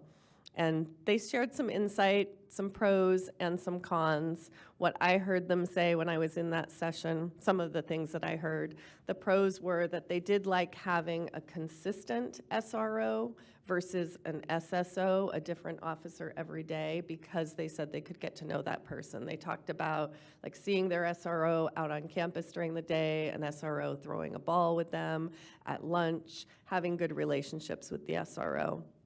I found that some of the cons that they talked about, in my opinion, really could have been a pro, because they were asking questions like I referenced before. Well, what does the SRO do in between start of school, lunch, and after? Could they come in and teach some classes? Could we have law-related classes? Could they talk to us about violence, safety, and things of that nature? So it was still under the tone of, we want that connection, we want that relationship, and we want a consistent person who we can go to. We actually had one of the students who was going to come here tonight and be a part of our presentation, and unfortunately, she was sick. But it was a good session, and I think that they expressed not only an interest in, again, having relationships, and the relationships being the foundation of school safety, but being part of continued conversations about our safety program in general across the district. Our safety grant was submitted to the Department of Education in early March, and then we received our formal notification last week. We were awarded in the grant 15 SROs, one for every comprehensive campus, and then 4 additional that would be shared by the small schools that are paired, as you can see on the slide. Being awarded 15 really does allow us to utilize a consistent, equitable model across PXU campuses, while not losing sight of the other components that are critical to our overall safety. Moving forward, we will continue to enhance all of the safety layers that we talked about and that we invest our dollars in, including the robust systems of social and emotional support, our prevention and intervention programs, and we will continue to utilize updated technology systems, strengthen our facility and perimeter upgrades, and invest in our structures. We will continue to develop our safety teams and staff, provide ongoing training and practice, and will also provide the PXU specific training for our SROs. We were a leader in the state this year. There was mandatory training for school resource officers around dealing with special needs population, our neurodivergent learners, some of our nonverbal or autistic students. And before the state rolled out any training program, I don't know if they even have yet, but we were out in front. We created a program for SROs in conjunction with our ESS department and provided specific training for our SROs and SSOs. And we'll continue to do that. We've created a Canvas module to onboard SROs or SSOs to the district. So there is PXU specific philosophy, vision, and mission, as well as our safety systems and protocols that they will have to participate and complete before they begin. We will continue to monitor and review our safety data, seek feedback on our safety program overall, and make adjustments as needed. This concludes the information we have for you tonight. We are asking that you approve the school safety grant as awarded. Do you have any questions or comments? Board Representative Cross. I'm sorry. Thank you very much for that report. Could you go back over the very end where you talked about the philosophy and the mission, and you're actually understanding we're actually putting the SROs through a training? So one of the things, in addition to the specialized training for ESS students, for SROs and SSOs that we will provide, is we're going to provide kind of our own onboarding training for SROs and SSOs when they come to the district. So it will be through a Canvas module, much like most of our other training is for staff, just to kind of inundate them with PXU-specific information about our vision, our mission, our philosophy, our multi-layered approach to safety here in the district, and some of our specific protocols and safety systems that we have that we use across our campuses. Clerk Meyer, did you have a question? And Representative, okay. Representative Marquez. Thank you, Board President. Superintendent Andrade, Dr. Allen. I think we heard tonight that the grant was submitted, proposal was submitted 80 in early March.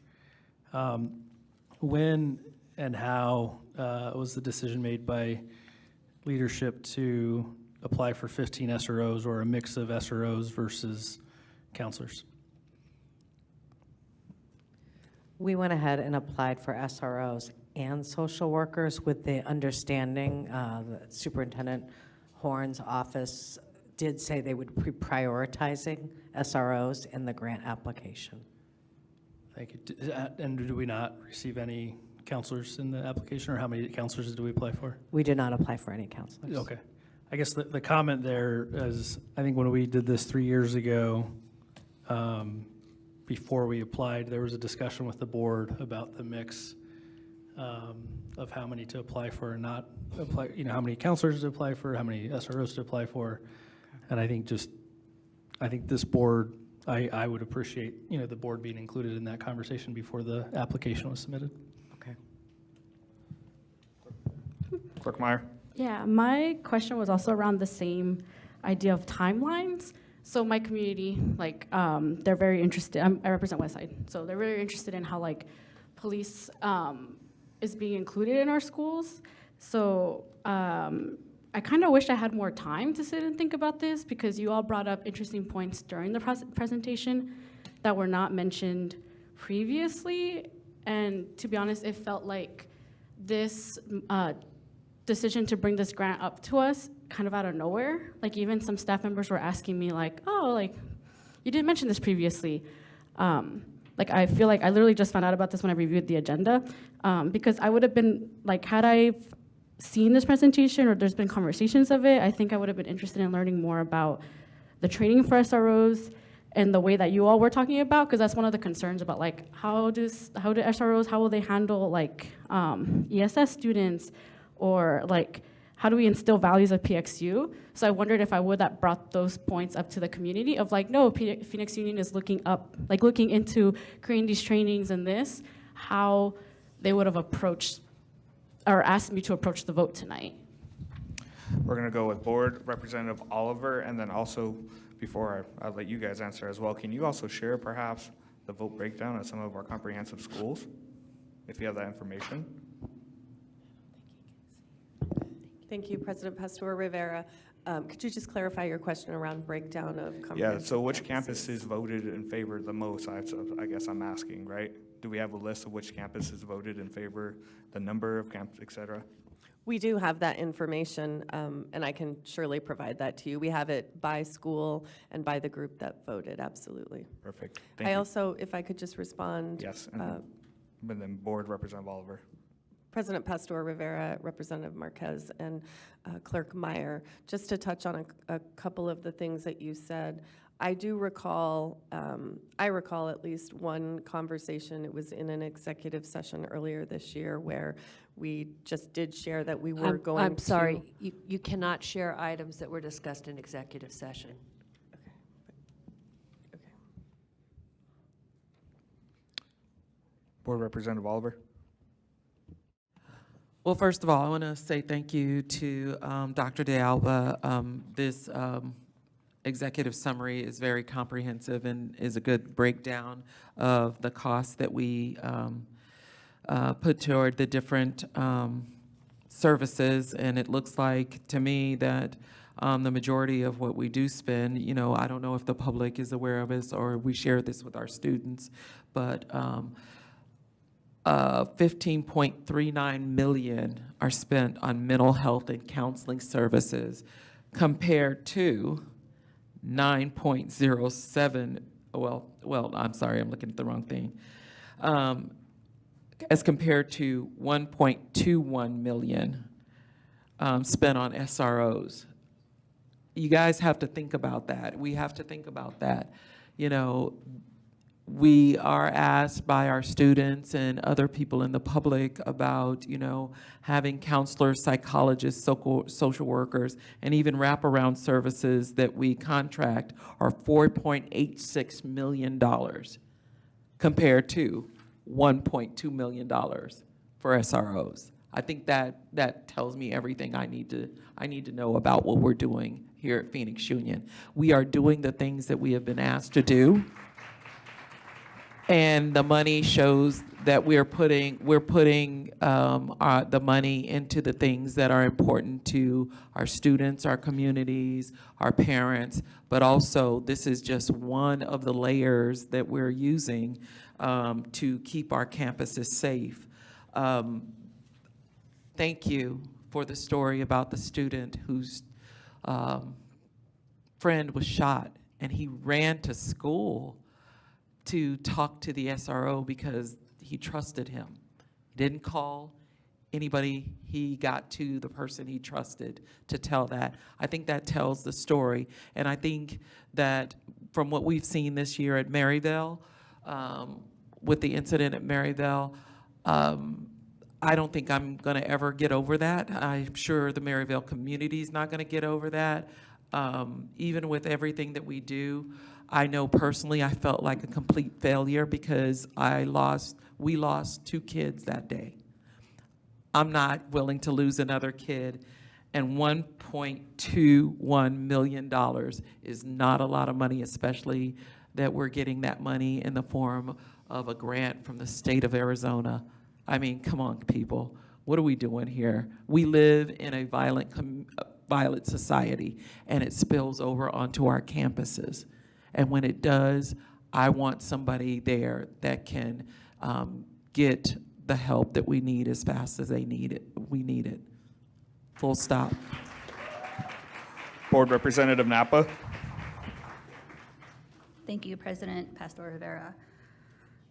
Just echoing the sentiments of Board Member Meyer and Representative Marquez of the timeline, and I think all 3 of us would have submitted questions in the 3-day request, but we weren't notified as a board until 2 days before this board meeting that we were going to be voting on this.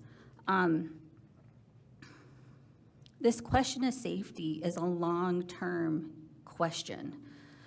And I've heard other board members bring up the fact that our schools are responsible for all things with our students, with their families, and in the community, and it's unfair to put that pressure on us, and we're having to do everything, including educating our students, making them critical thinkers, making them ready for the outside world. And what I remember from the Maryville incident and the parent meeting that happened after was that there was a call for more investment in our children outside of policing. Specifically, we need to invest into them the emotional. We need to invest in them the decision-making process. We need to make sure that they know that it's not right to bring violence upon other people. And while you can look at these numbers, 1.2 million, actually look at the other numbers of the safety services of 10.7 million versus 30.27 million. The fact that we are still not balanced out, and our campuses and our students are still hurting, feels like that 30 should be 50. What could we do with more money, and why didn't we apply for more social workers, more counselors, more long-term investment? Because that's what I remember most, was not just the pain of that community, but an outcry saying, we as a community need to do better. There's always money for war and police, but never enough money to invest in the actual healing of our children and of our community. And if there was one thing that I could lift up from that, is just as a board member, I wish we could invest more money in social workers, counselors, and psychologists. Thank you. Board Representative Cross. I feel like as a former campus employee, I felt safe with the SROs that were on our campus, and I was there for 22 years. I think that we saw 2 years ago with Fairfax, the Stugo group coming in and asking for an SRO because when they had the homecoming incident, there was no SRO on campus, and all of a sudden, there was a lot of patrol cars with guns in the faces of these students. I mean, we just heard people talking about the fact what SROs do. I also remember in the Maryville incident how instrumental, and I believe he was an SSO if I'm not mistaken, was in getting that taken care of. For me, it's another layer of safety, and yes, we spend a lot of money on social workers. It's not like we're ignoring that. It's like we're adding another layer of safety for our campuses, for our students, and for our employees. And that's where I'm at. Thank you for that. You know, I would be remiss if I didn't share my own personal experiences as well, just coming off of my final year teaching over at Garfield Elementary, located within Phoenix Elementary. Garfield last year became a primary middle school, 6th through 8th grade. You know what we had on campus? An SRO. And let me tell you, he has provided the students with a whole different worldview. I have students who witnessed their brothers getting shot in front of them.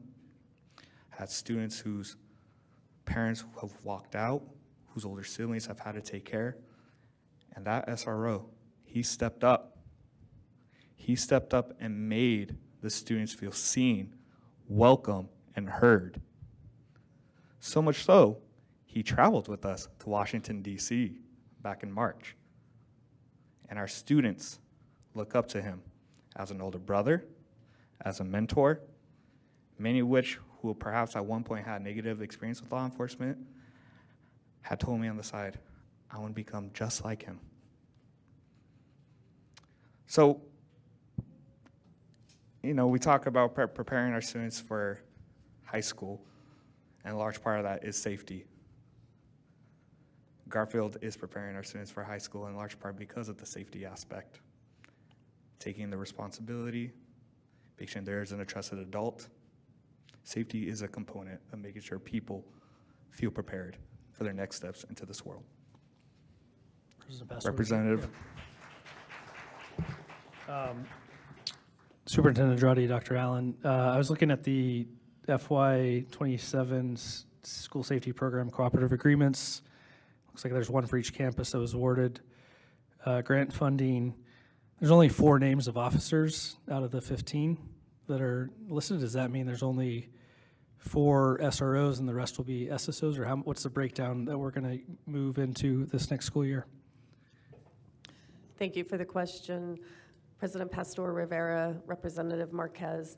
As of today, we do not know how many SROs the city has available to provide to us. We don't know if we will get 15 SROs. They do say they have a total of 70 SROs in the department that they have to divide up among the grant awardees. So we don't know how many we will get or the combination of SROs, SSOs to date. I believe they told us they should have that information by June 22nd.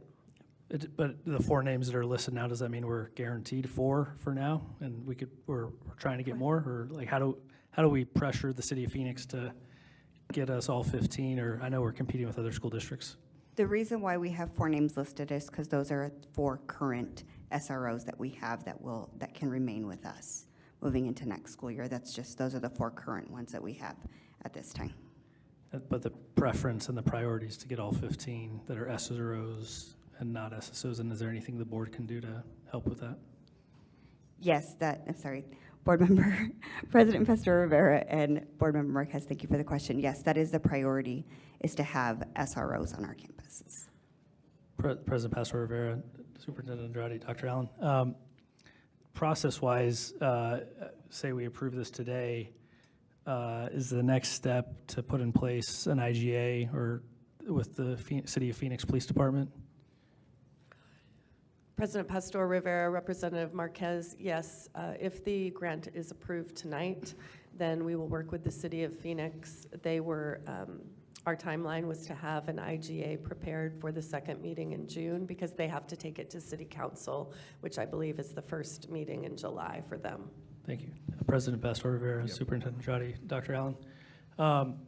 So I'm inclined to support approving the grant tonight.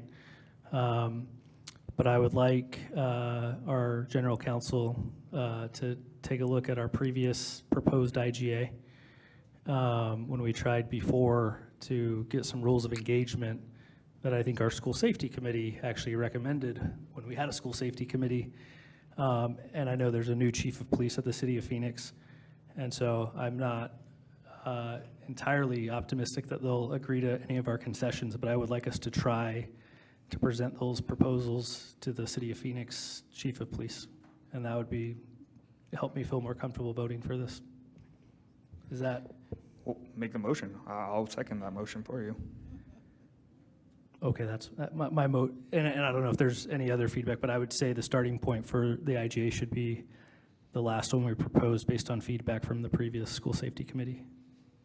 So I'll motion. Agreed, and we have that on record, and we can bring that to the table as the first draft. Thank you. Perfect. President Oliver. Pastor Rivera, I just have a couple of questions. In the proposal that the safety committee sent up, can you check to see if in the IGA, there was anything about them getting training on our campuses, specifically to how we operate? Do you remember if there was? President Pastor Rivera, Board Member Oliver, we did have some language in there that surrounding the training expectations, yes. Okay, and I know that the police union wouldn't accept that. Was that part of what they wouldn't accept, or were there parts that they didn't accept that they would accept? They basically struck out a lot of the language that we had added in there, but they did soften some of the other provisions that we wanted tweaked a little bit. And so again, though, we can go back with the original version that we went to them with to begin with when we started those negotiations 3 years ago. Okay. And I'd be happy to sit down with you and go through that if you'd like. Thank you. Yes. That would help. Board Representative Cross. I just have a question. Was there not a time limit on getting that grant request in?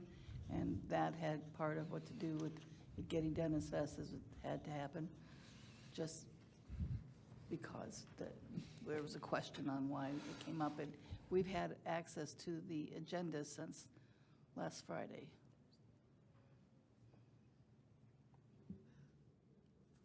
President Pastor Rivera, Board Member Cross, the grant was actually due to Department of Ed March 30th. Clerk Meyer. Yeah. Oh, just to Board Member Cross's point, I don't know if she was referring to this, but I know for me, or Board Member Napa, I just felt that there was no conversation of this since March, or even like January through March. Like, I'm surprised Superintendent Andrade didn't bring it up in previous 101s. So that's where I felt like this kind of came out of nowhere. And people, even staff, were asking me, like, where'd this come from? Like, because they were confused. They're like, didn't we have the mini? Oh, sorry, I don't mean to say it that way. But they were confused between the mini grant for the SSRO that we had conversations of last year. So I think to some extent they were also confused on, like, oh, this is coming up again. So I think some communication there with the district top down is what caused communication with people who were like asking me about this.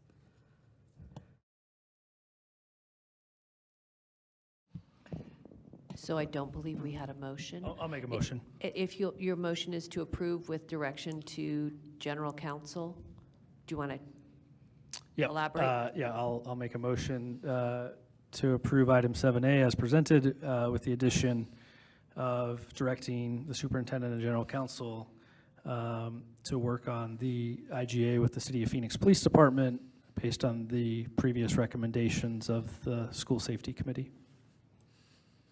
I'll second it. Is that sufficient? Yep. A motion has been made by Representative Marquez and seconded by myself. We just did the discussion, right? All right, so we're going to do roll call vote. I'll go ahead and if you need to, explain your vote for a minute and a half, if that works. So we'll go ahead and start with, do you have a point to say? No. Okay, we'll start with I was just getting ready. Board Representative Napa. No. Board Representative Cross. Yay. Board Representative Oliver. Yay. Yay. Oh, perfect. Thank you. State Representative Marquez. Permission to explain my vote? Of course, a minute and a half. Start the timer. Yeah, I think many of you that have been coming to board meetings since I've been elected know that I've been trying to, listen to our students, mostly, and students that helped me with my first campaign. And when I first ran, this summer, George Floyd was murdered. There was a big push by Phoenix Union students to reduce SROs on campuses. And for the COVID year, we went down to 0, and slowly this trickled back and forth between the regional model. And I know the school safety committee proposed what we're doing tonight, which is going to every campus. I do have reservations, even though I made this motion. I would like the City of Phoenix Police Department to work with us on our proposed rules of engagement for operating on our campus. I do think the students that spoke tonight raised very serious concerns, and I do think the long-term data shows that there are adverse effects of having SROs on campus. But I do think since we are moving in this direction, I think the longer-term conversation that we need to continue to have as a district is, how do we interact if we continue to interact with the City of Phoenix Police Department? And I think a conversation I've begun having with other board members is, I think during that school safety committee period, we did explore alternative models, and I think one alternative model I think is worth exploring is a Phoenix Union Police Department where we look at. All right, Representative Marquez, you want to finish your last sentence? I'm finishing up, yep. Okay. Where we look at, having control over making sure we have 100% SROs instead of, whatever we can get from the City of Phoenix, a mix of SROs and SSOs, and we don't have to negotiate an IGA with the police department. That I think the students did raise very serious concerns about policing in the City of Phoenix, and how do we actually reform policing. I think within our small universe of Phoenix Union, that's something we can explore over the long term with something that may look like a Phoenix Union Police Department. So with that, I vote aye. Clerk Meyer? No. Again, this is just an extra tier of safety. Many people, I think, often say that believe this is the end it to be all. No, this is just an extra tier, and that continues the conversation. So with myself, it's an aye. Motion carries.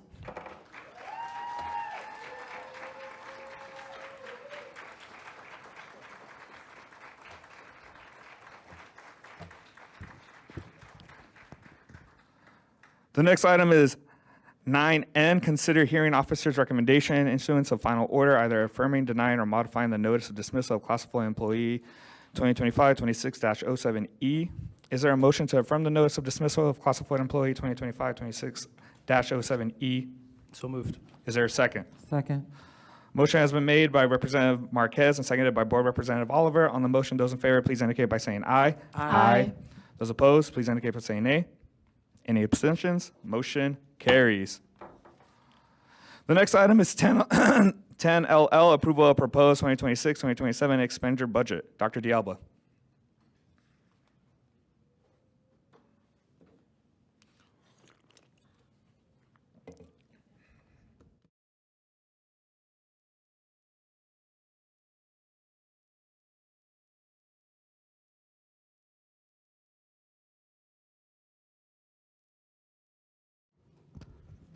Good evening, President Pastor Rivera, Clerk Meyer, Governing Board, Superintendent, and Phoenix Union Committee.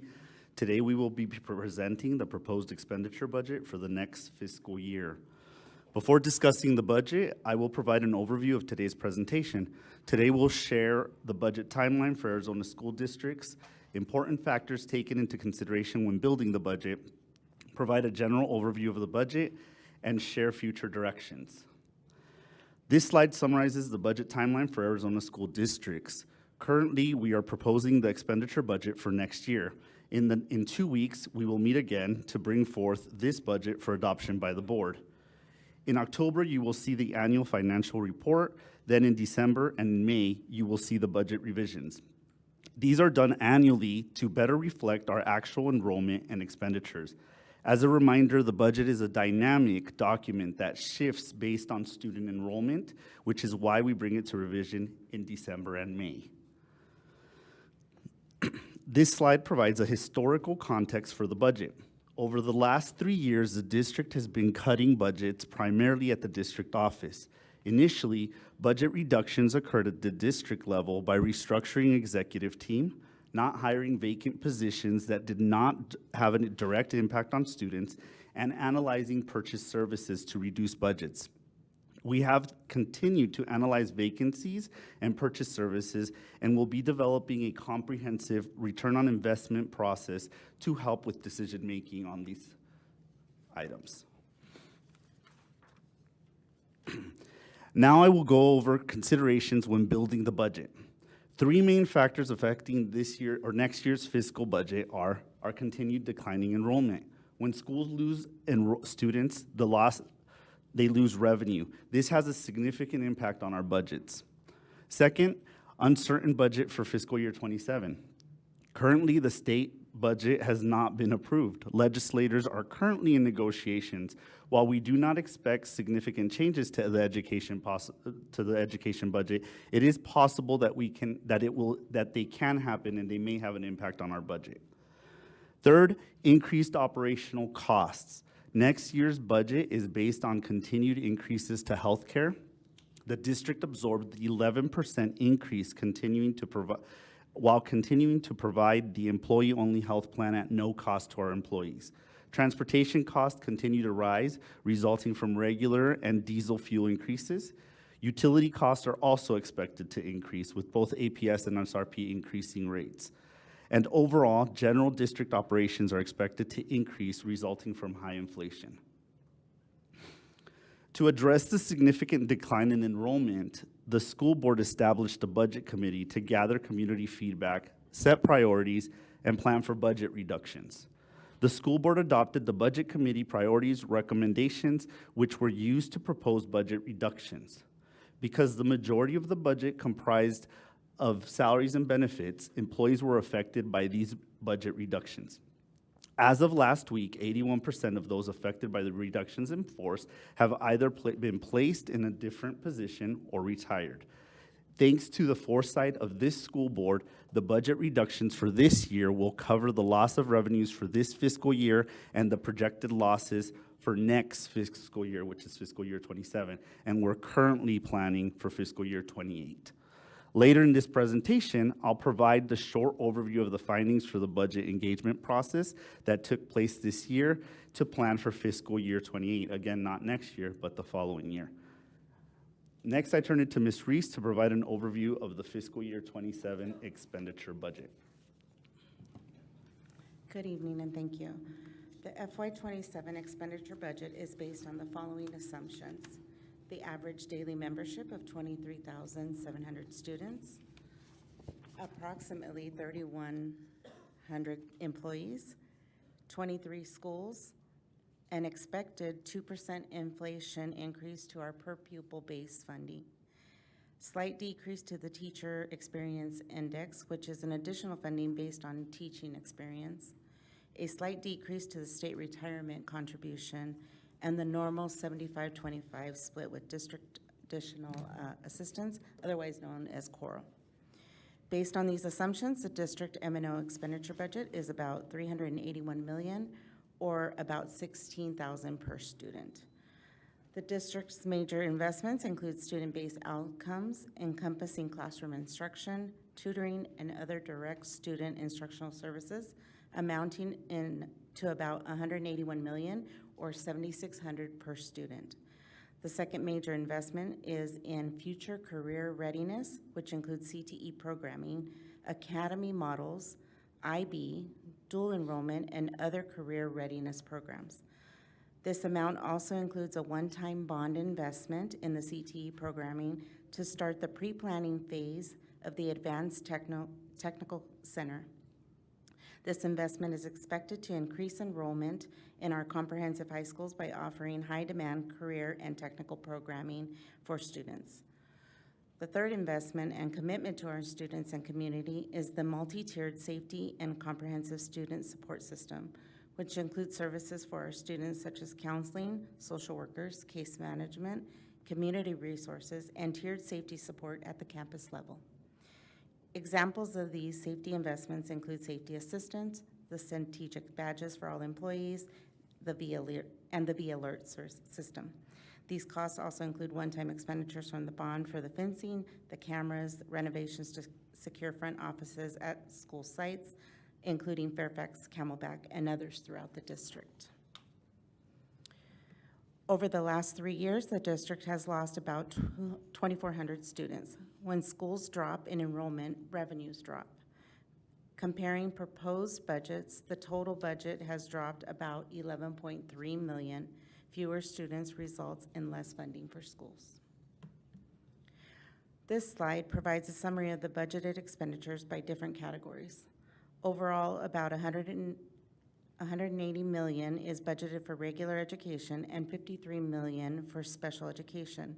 It is important to note that special education in finance world includes exceptional student services, vocational CTE programs, gifted, and English language learners. These are broken down below the special education line, but are included in part of the total.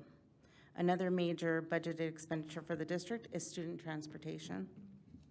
Currently, our one-time reserves, which we use to cover expenditures this year, are at about $72 million. Thank you, Ms. Reese. The district receives revenue from several sources funded through taxpayers and the state legislator.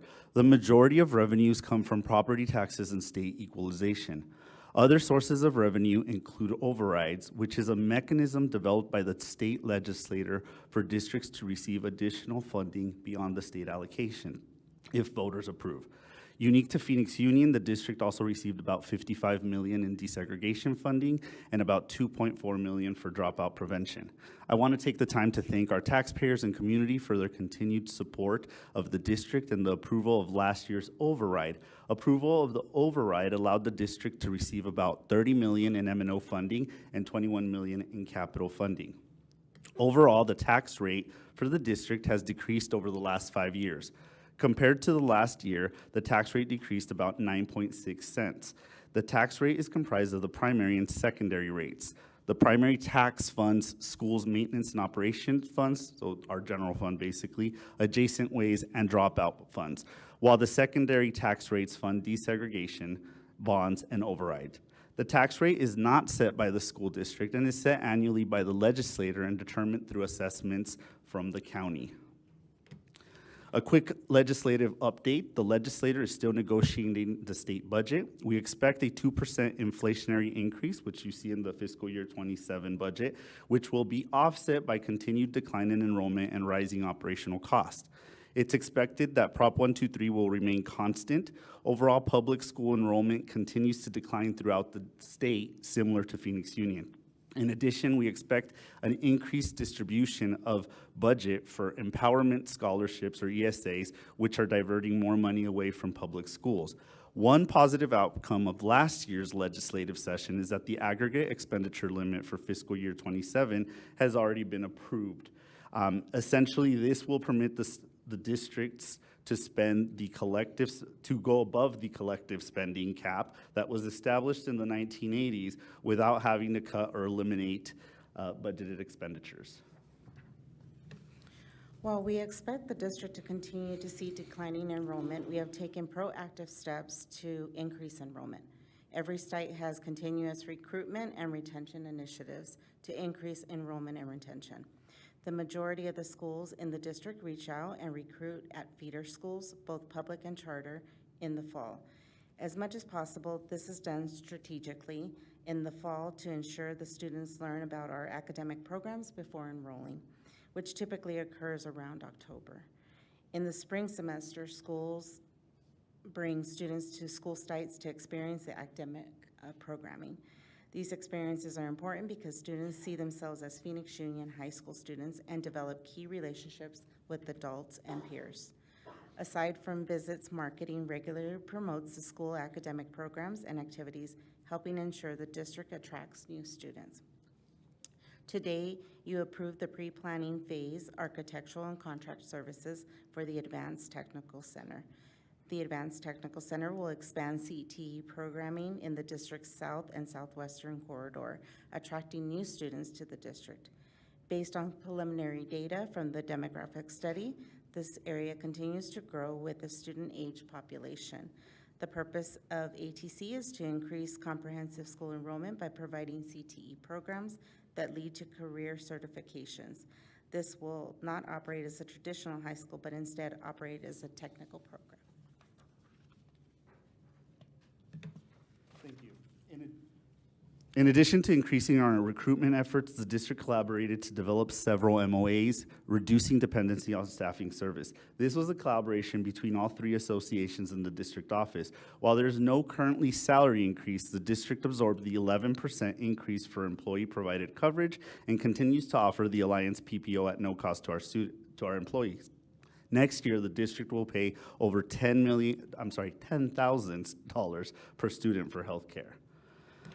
After today's meeting, the budget will be presented on June 16th at 6 p.m. during the Budget and Truth in Taxation hearings. Following the hearings, the proposed budget will be adopted if approved by the board.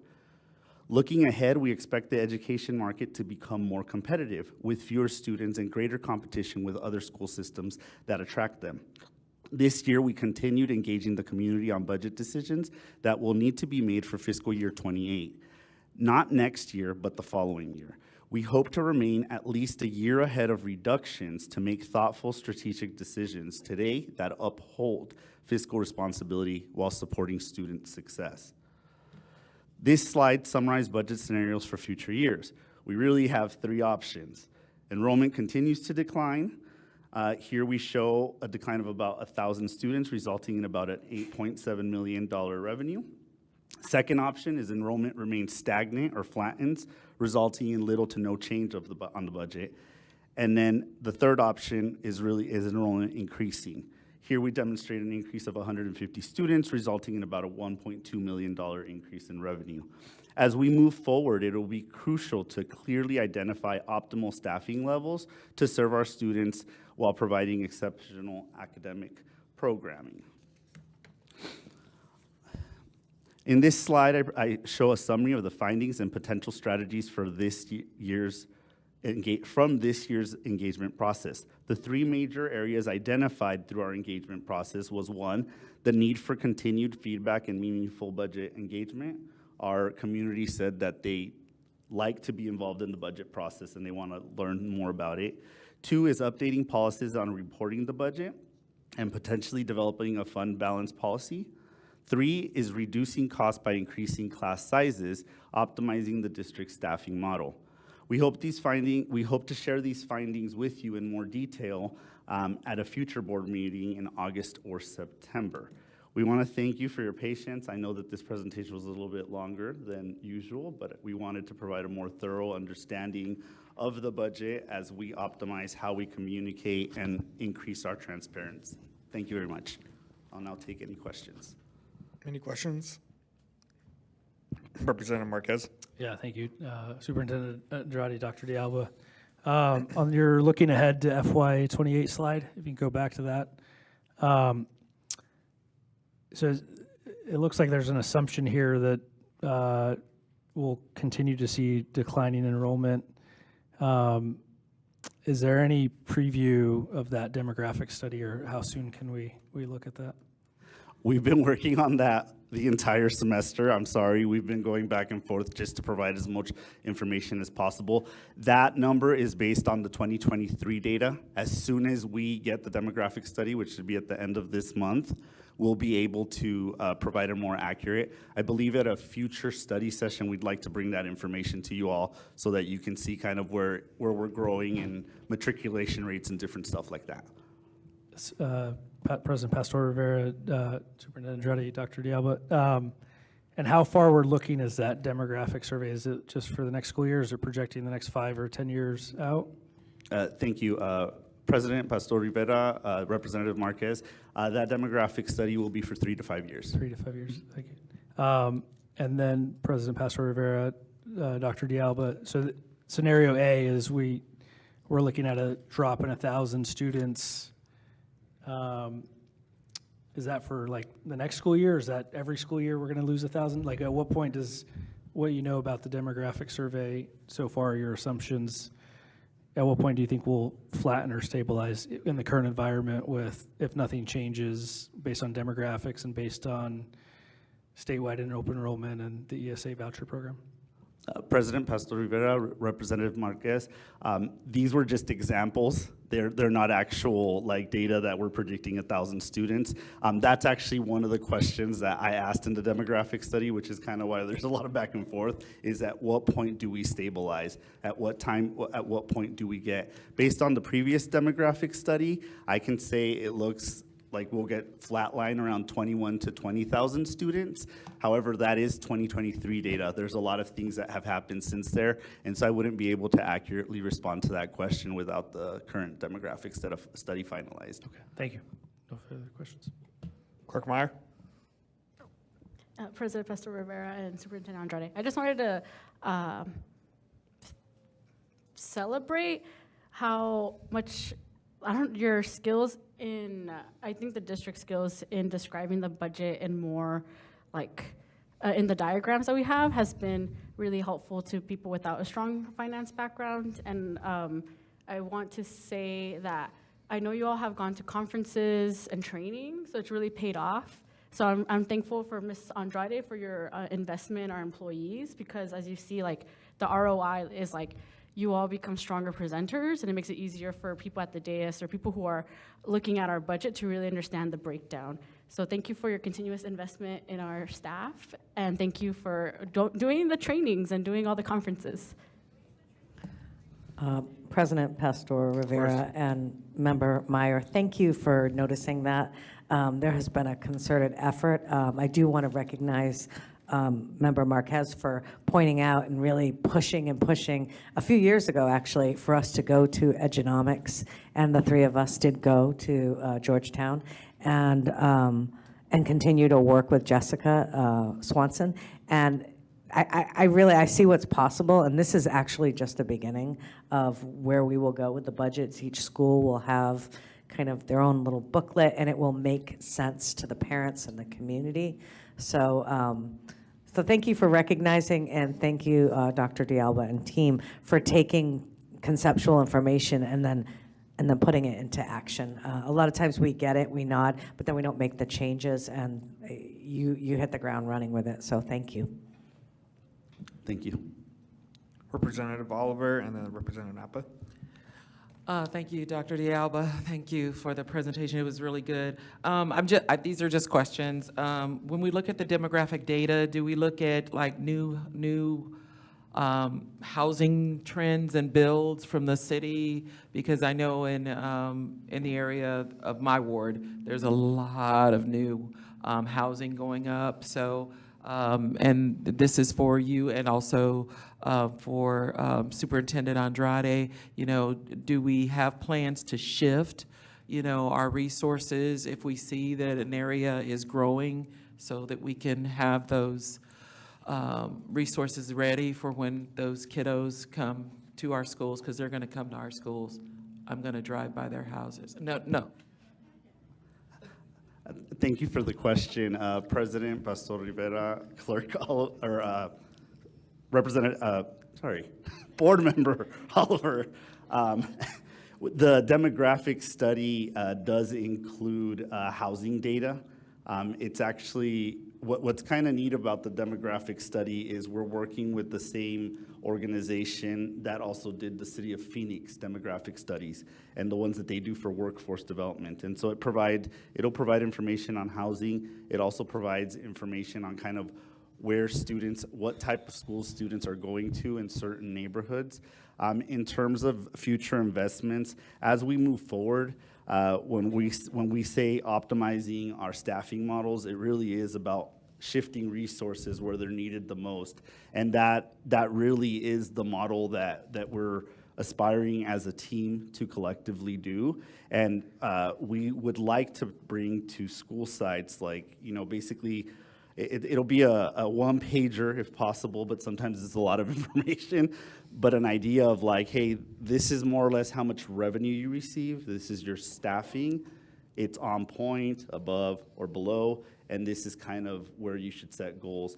Tying that also to academics and the board goals to say this is how much the cost per student is here, and this is how much progress we're making. It's gonna take a while, so I'm not gonna say I have it in 2 weeks. We're actually both learning how to use Power BI and also have some team members that have already caught on, and so that's gonna allow us to provide more dashboard-like data where you can interact with it. Board Representative Napa. Thank you. Thank you for all this information. This looks like a lot of hard work, a lot of numbers, and a lot of just like courage to look at the data and bring us to where we actually need to be. I think I already know the answer to my first question is the declining in Phoenix Union property rates. It looks like it went down severely, then went up a little bit, and it's down again. Can you help me understand how that happens? So as the city grows, you have more contributions into the pot of tax dollars.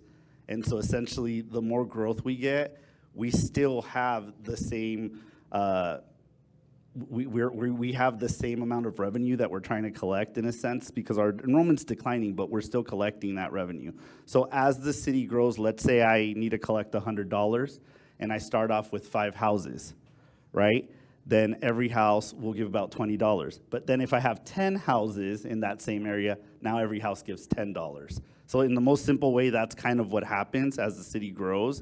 The only factor that can affect the tax rate, I guess that we could control, is how we pay our bonds, in the sense that, like, hey, if we're gonna pay more, it'll move it up a little bit, but for the most part, as the city continues to grow and have a larger tax base, the tax rate kind of will go down. Thank you for that. I did not know the answer. Increasing enrollment means increasing revenues. We have 5 strategies there that seem like stuff that we're already doing. Have we contracted with anyone or any organizations, companies, to see if there are innovations in enrollment strategies or practices, or replicating what other districts are doing to increase their enrollment? At this point, we've been in contact with one organization on like creating incentives on bringing students into the district, but not at actual like programming that helps with extensive advertising or rebranding. That's actually, that's all part of what we're trying to get to when we develop a stronger ROI process, is to be able to kind of hone in on that and say like, hey, this is something that we need, this is how much it costs, this is the impact that it's having. Okay. That's all, thanks. Representative Marquez. Yeah, thank you. Superintendent Andrade, Dr. D'Alba, with the, on that same slide with the Advanced Technical Center, when do we break ground, and when do we see that thing opening, and when do we think we can actually market it to bring new enrollment to Phoenix Union? So we're hoping mid school year 2028. Right now, we're really just in the planning process. So it's just kind of, we have an architecture, and then we're going to 2028 to break ground? Yes. Okay.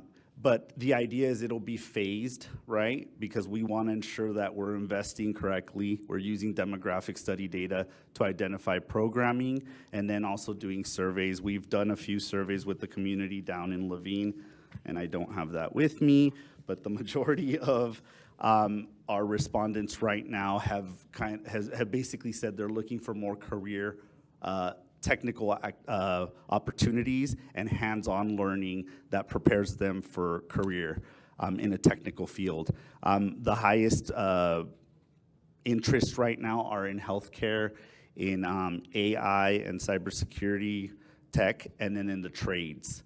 Haven't really honed in yet on exactly what trade exactly, and so we'll be continuing to do more surveys also on that community. Yeah, I'll just say I'm excited to see that happen and hope when we sort of move forward with conversations about that center, we definitely, as you mentioned, trades, I want to make sure we bring in our labor union partners into that conversation. I had one more question. Or actually, this is more of a comment. On the next slide, interest-based negotiations, salaries and benefits. I think for anybody listening that's still here in the back of the room, since I've been on the board, I've asked the IBN teams to look at sort of paid family leave policies. I got 2 years left on the board. I know we just had a very tough budget year this year, and I think the loudest voices that teachers that would come and advocate for paid family leave, they might have left the district. But I hope there's conversations within the IBN teams to advocate for paid family leave. I know other districts, specifically in Tempe, have been able to do it, and I'd like to see us do that here in Phoenix Union. So I know we won't get that done this year, but I hope the IBN teams will work on that specifically.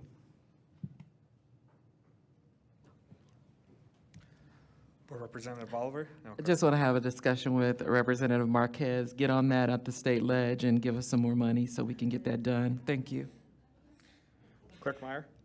My comment was for Representative Marquez. If you do find this money, no, I'm just kidding. I think the opportunity, if the opportunity arises, if there's any way to play with money, I would also encourage paid family leave. I think because I'm relatively, well, I think at my current place of work, there's several people on family leave, and just when they're able to come back or message me personally, they just talk about how much feasible that is in their. It just makes their experience as a parent easy, better. And I know it's sometimes it feels like a pipe dream, but I want to really encourage the board, along with Member Arquez, to also encourage that, because it goes along with our salaries and benefits and the guardrails of we shall not compromise. I don't know. I think I want to encourage the board and the district to see if we can play around with the idea of more, because I think he's been the sole voice advocating for this, so I want to add another voice to that, wherever possible, given our restraints. Any further comments or questions? All right. I'll make a motion to approve this item as presented. Is there a second? Second. On motion, a motion has been made by Representative Marquez and seconded by Board Representative Oliver. On the motion, those in favor, please indicate by saying aye. Aye. Motion carries. Okay, our next item is 12B, but here's what I'm going to do. And we could leave it up to discussion if you want to discuss any one of the items, but I move to combine and approve items 12B, 12C, 12D, and 12E as presented. I second that. I'd like to pull item 12B from that motion. Okay, perfect. So we could go ahead, Representative Marquez. So we'll approve 12C through 12E as presented, and then we could go back to 12B, correct? Perfect. So all those in favor of combining and approving 12C, 12D, and 12E as presented? Aye. Motion carries. All right, go ahead to 12B. Oh. You're going to spun this over me? I was going to ask you to read it. Are you willing to read it? No, actually, you could read it. Go ahead, say Wait, don't we Representative. need a motion for it? No, Yeah, we can I read it real guess- quick. I move to approve item 12B as presented, but I do think we should read it. But then it would be discussion after the fact. We want to do discussion first? Right. We can do discussion afterwards. Yes, it says it right here, yeah. Oh, yeah. Yeah, Oh, okay. my bad, not my bad, I see. Yep. Okay, we can discuss then. Okay, so a motion has been made by Representative Marquez and seconded by Clerk Meyer, correct? Is there any Yes, discussion? but with a petition to amend the motion. Okay. I would like to approve this item on the condition that we also brainstorm, either us as a board or in a working group, concrete methods to really advocate for gun violence awareness. Not gun violence, oh my God. No. Gun violence awareness and the negative impacts in our community. My bad. I guess I'll read it if you're not going to read it. Your name's on it at the bottom, I though. mean, yeah, it is, so go ahead. So just, we have a motion to, a request to amend the motion. Do You have you to second it. do you amend your motion? Or can he withdraw and then we just do discussion? You could do either, whatever Yeah. you'd like. And I guess I would amend, well, let's withdraw the motion. And I guess as discussion, if you're going to make the motion, I would say that we also tomorrow ask marketing to promote this resolution on social media. So we have a motion by Clerk Meyer. Wear orange. You're seconding. He withdrew for now for Right. discussion. Oh, you could read it, you can discuss it. Let's read it just to get it out there so Okay. y'all know what we're talking about unless you're Go ahead, say reading representative. online. So this is a 2026 Phoenix Union High School District proclamation declaring the first Friday in June to be National Gun Violence Awareness Day. This proclamation declares the first Friday in June to be National Gun Violence Awareness Day in Phoenix Union High School District to honor and remember all victims and survivors of gun violence and to declare that we as a country must do more to end this public health crisis. Whereas every day, nearly 130 people in the United States are killed by gun violence and more than 200 are shot and wounded, with an average of more than 19,000 gun homicides every year. And whereas people in the United States are 26 times more likely to die by gun homicide than people in other high-income countries, and whereas Arizona has 1,383 gun deaths every year with a rate of 18.1 deaths per 100,000 people, a crisis that costs our state $15.9 billion every year, of which $253.2 million is paid by taxpayers. Arizona has the 17th highest rate of gun deaths in the U.S., and whereas gun homicides and assaults are concentrated in cities, with more than half of all gun homicides in the nation occurring in 42 cities, and whereas cities across the nation, including Phoenix, are working to end the senseless violence with evidence-based solutions, and whereas protecting public safety in the communities they serve as the highest responsibility, and whereas the support for the Second Amendment rights of law-abiding citizens goes hand in hand with keeping guns away from those who are a danger to themselves and others, and whereas gun violence prevention is more important than ever as we see gun violence continue to impact communities across the country. Whereas in June 2013, Hadia Pendleton was tragically shot and killed at the age of 15, and on June 5th, 2026, to recognize her 29th birthday of Hadia Pendleton, born June 2nd, 1997, people across the United States will recognize National Gun Violence Awareness Day and wear orange in tribute to Hadia Pendleton and other victims of gun violence and the loved ones of those victims. And whereas the idea was inspired by a group of Hadia's friends who asked their classmates to commemorate her life by wearing orange, they chose this color because hunters wear orange to announce themselves to other hunters when out in the woods, and orange is a color that symbolizes the value of human life. And whereas anyone can join this campaign by pledging to wear orange on June 5th, the first Friday in June 2026, to help raise awareness about gun violence, and whereas by wearing orange on June 5th, 2026, people across the United States will raise awareness about gun violence and honor the lives of gun violence victims and survivors, and whereas we renew our commitment to reduce gun violence and pledge to do all we can to keep firearms out of the hands of people who should not have access to them, and encourage responsible gun ownership to help keep our families and communities safe. Now therefore be it resolved that the Phoenix Union High School District Governing Board declares the first Friday, June 5th, 2026 to be National Gun Violence Awareness Day. Adopted this day, June 4th, 2026, the Governing Board voted at a duly called meeting of quorum. We'll see. Francisco Pastor Rivera, Governing Board President, Lizette Meyer, Governing Board Clerk. Perfect. Do you want to make the motion? Go ahead. Yep. So we'll do. Oh, okay. So motion to approve this, the Phoenix Union High School District proclamation declaring the first day in June to be National Gun Violence Awareness Day, with the condition that either the board, us as a board, this is the part I wanted to discuss, but us as a board will also take action either as a study session or some kind of other district event to bring more tangible goals that actually, I don't know. I'm sorry, I'm still working out this motion in my head. Legal, if you can provide Can we have some- discussion first? Like, Well, without. hang on 1 second. I think legal perhaps has a understanding of what exactly it is you're trying to get at. So legal, you can help us out on this one. I actually do not have an understanding. Okay, so if I Okay. understand it, you want to pass this motion with the consideration that we continue to find ways in which we honor this awareness month, whether it be some type of celebration, awareness, education. Yeah, so more concrete methods to honor the victims of gun violence and educate, yeah. So on so the that would negative- be, instead of a condition, maybe a direction. A direction, yeah, what's the direction, yeah. So that's the motion. And I think we're going to add directing marketing to. And, yeah, directing marketing to release a press release And social of, media. on social media regarding this proclamation. Yeah. Okay, so we've got I'll the second. motion. Okay, we've got a motion and a second. We can have discussion, we don't have to, but you can absolutely have it. Board Representative Napa, do you have something to add? Just the wording of this. It sounds like this is supposed to be every year. This is an annual proclamation for the first day, the first Friday in June, and tomorrow being the first. Correct? Correct. Okay.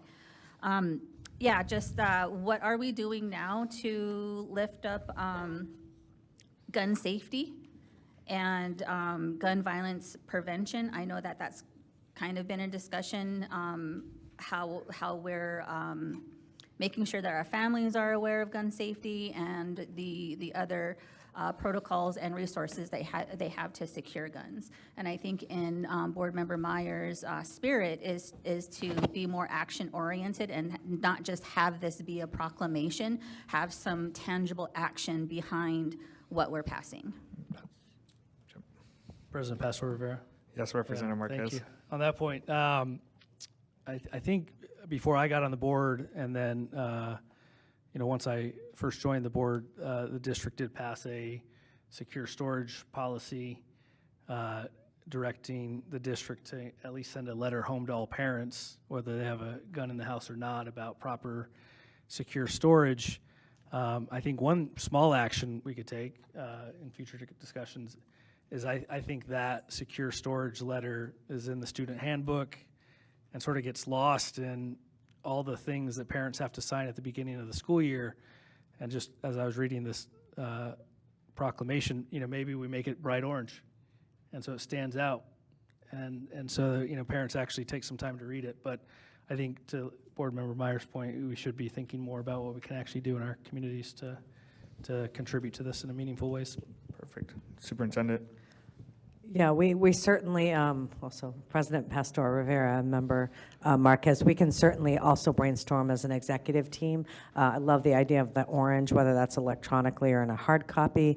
I do believe now we can partner with the city around resources and events that they can bring to, they've done it with Metro Tech before, where they bring the lock ties for the weapons, and just educate parents. We have some strong parent PTAs, especially at Metro, but at other schools as well. And I could see even it being a portion of our open house nights. So thank you. Clerk Meyer? Yes, thank you, President Pastor Rivera and Superintendent Andrade and Representative Marquez. Yeah, so as Board Member Napa said, the spirit of my motion was thinking I was scared that this was just giving thoughts and prayers and in an ironic sense, that it was just words with no teeth behind it. Yes, we could proclaim a day, but what are we tangibly doing regarding this motion? Regarding this proclamation?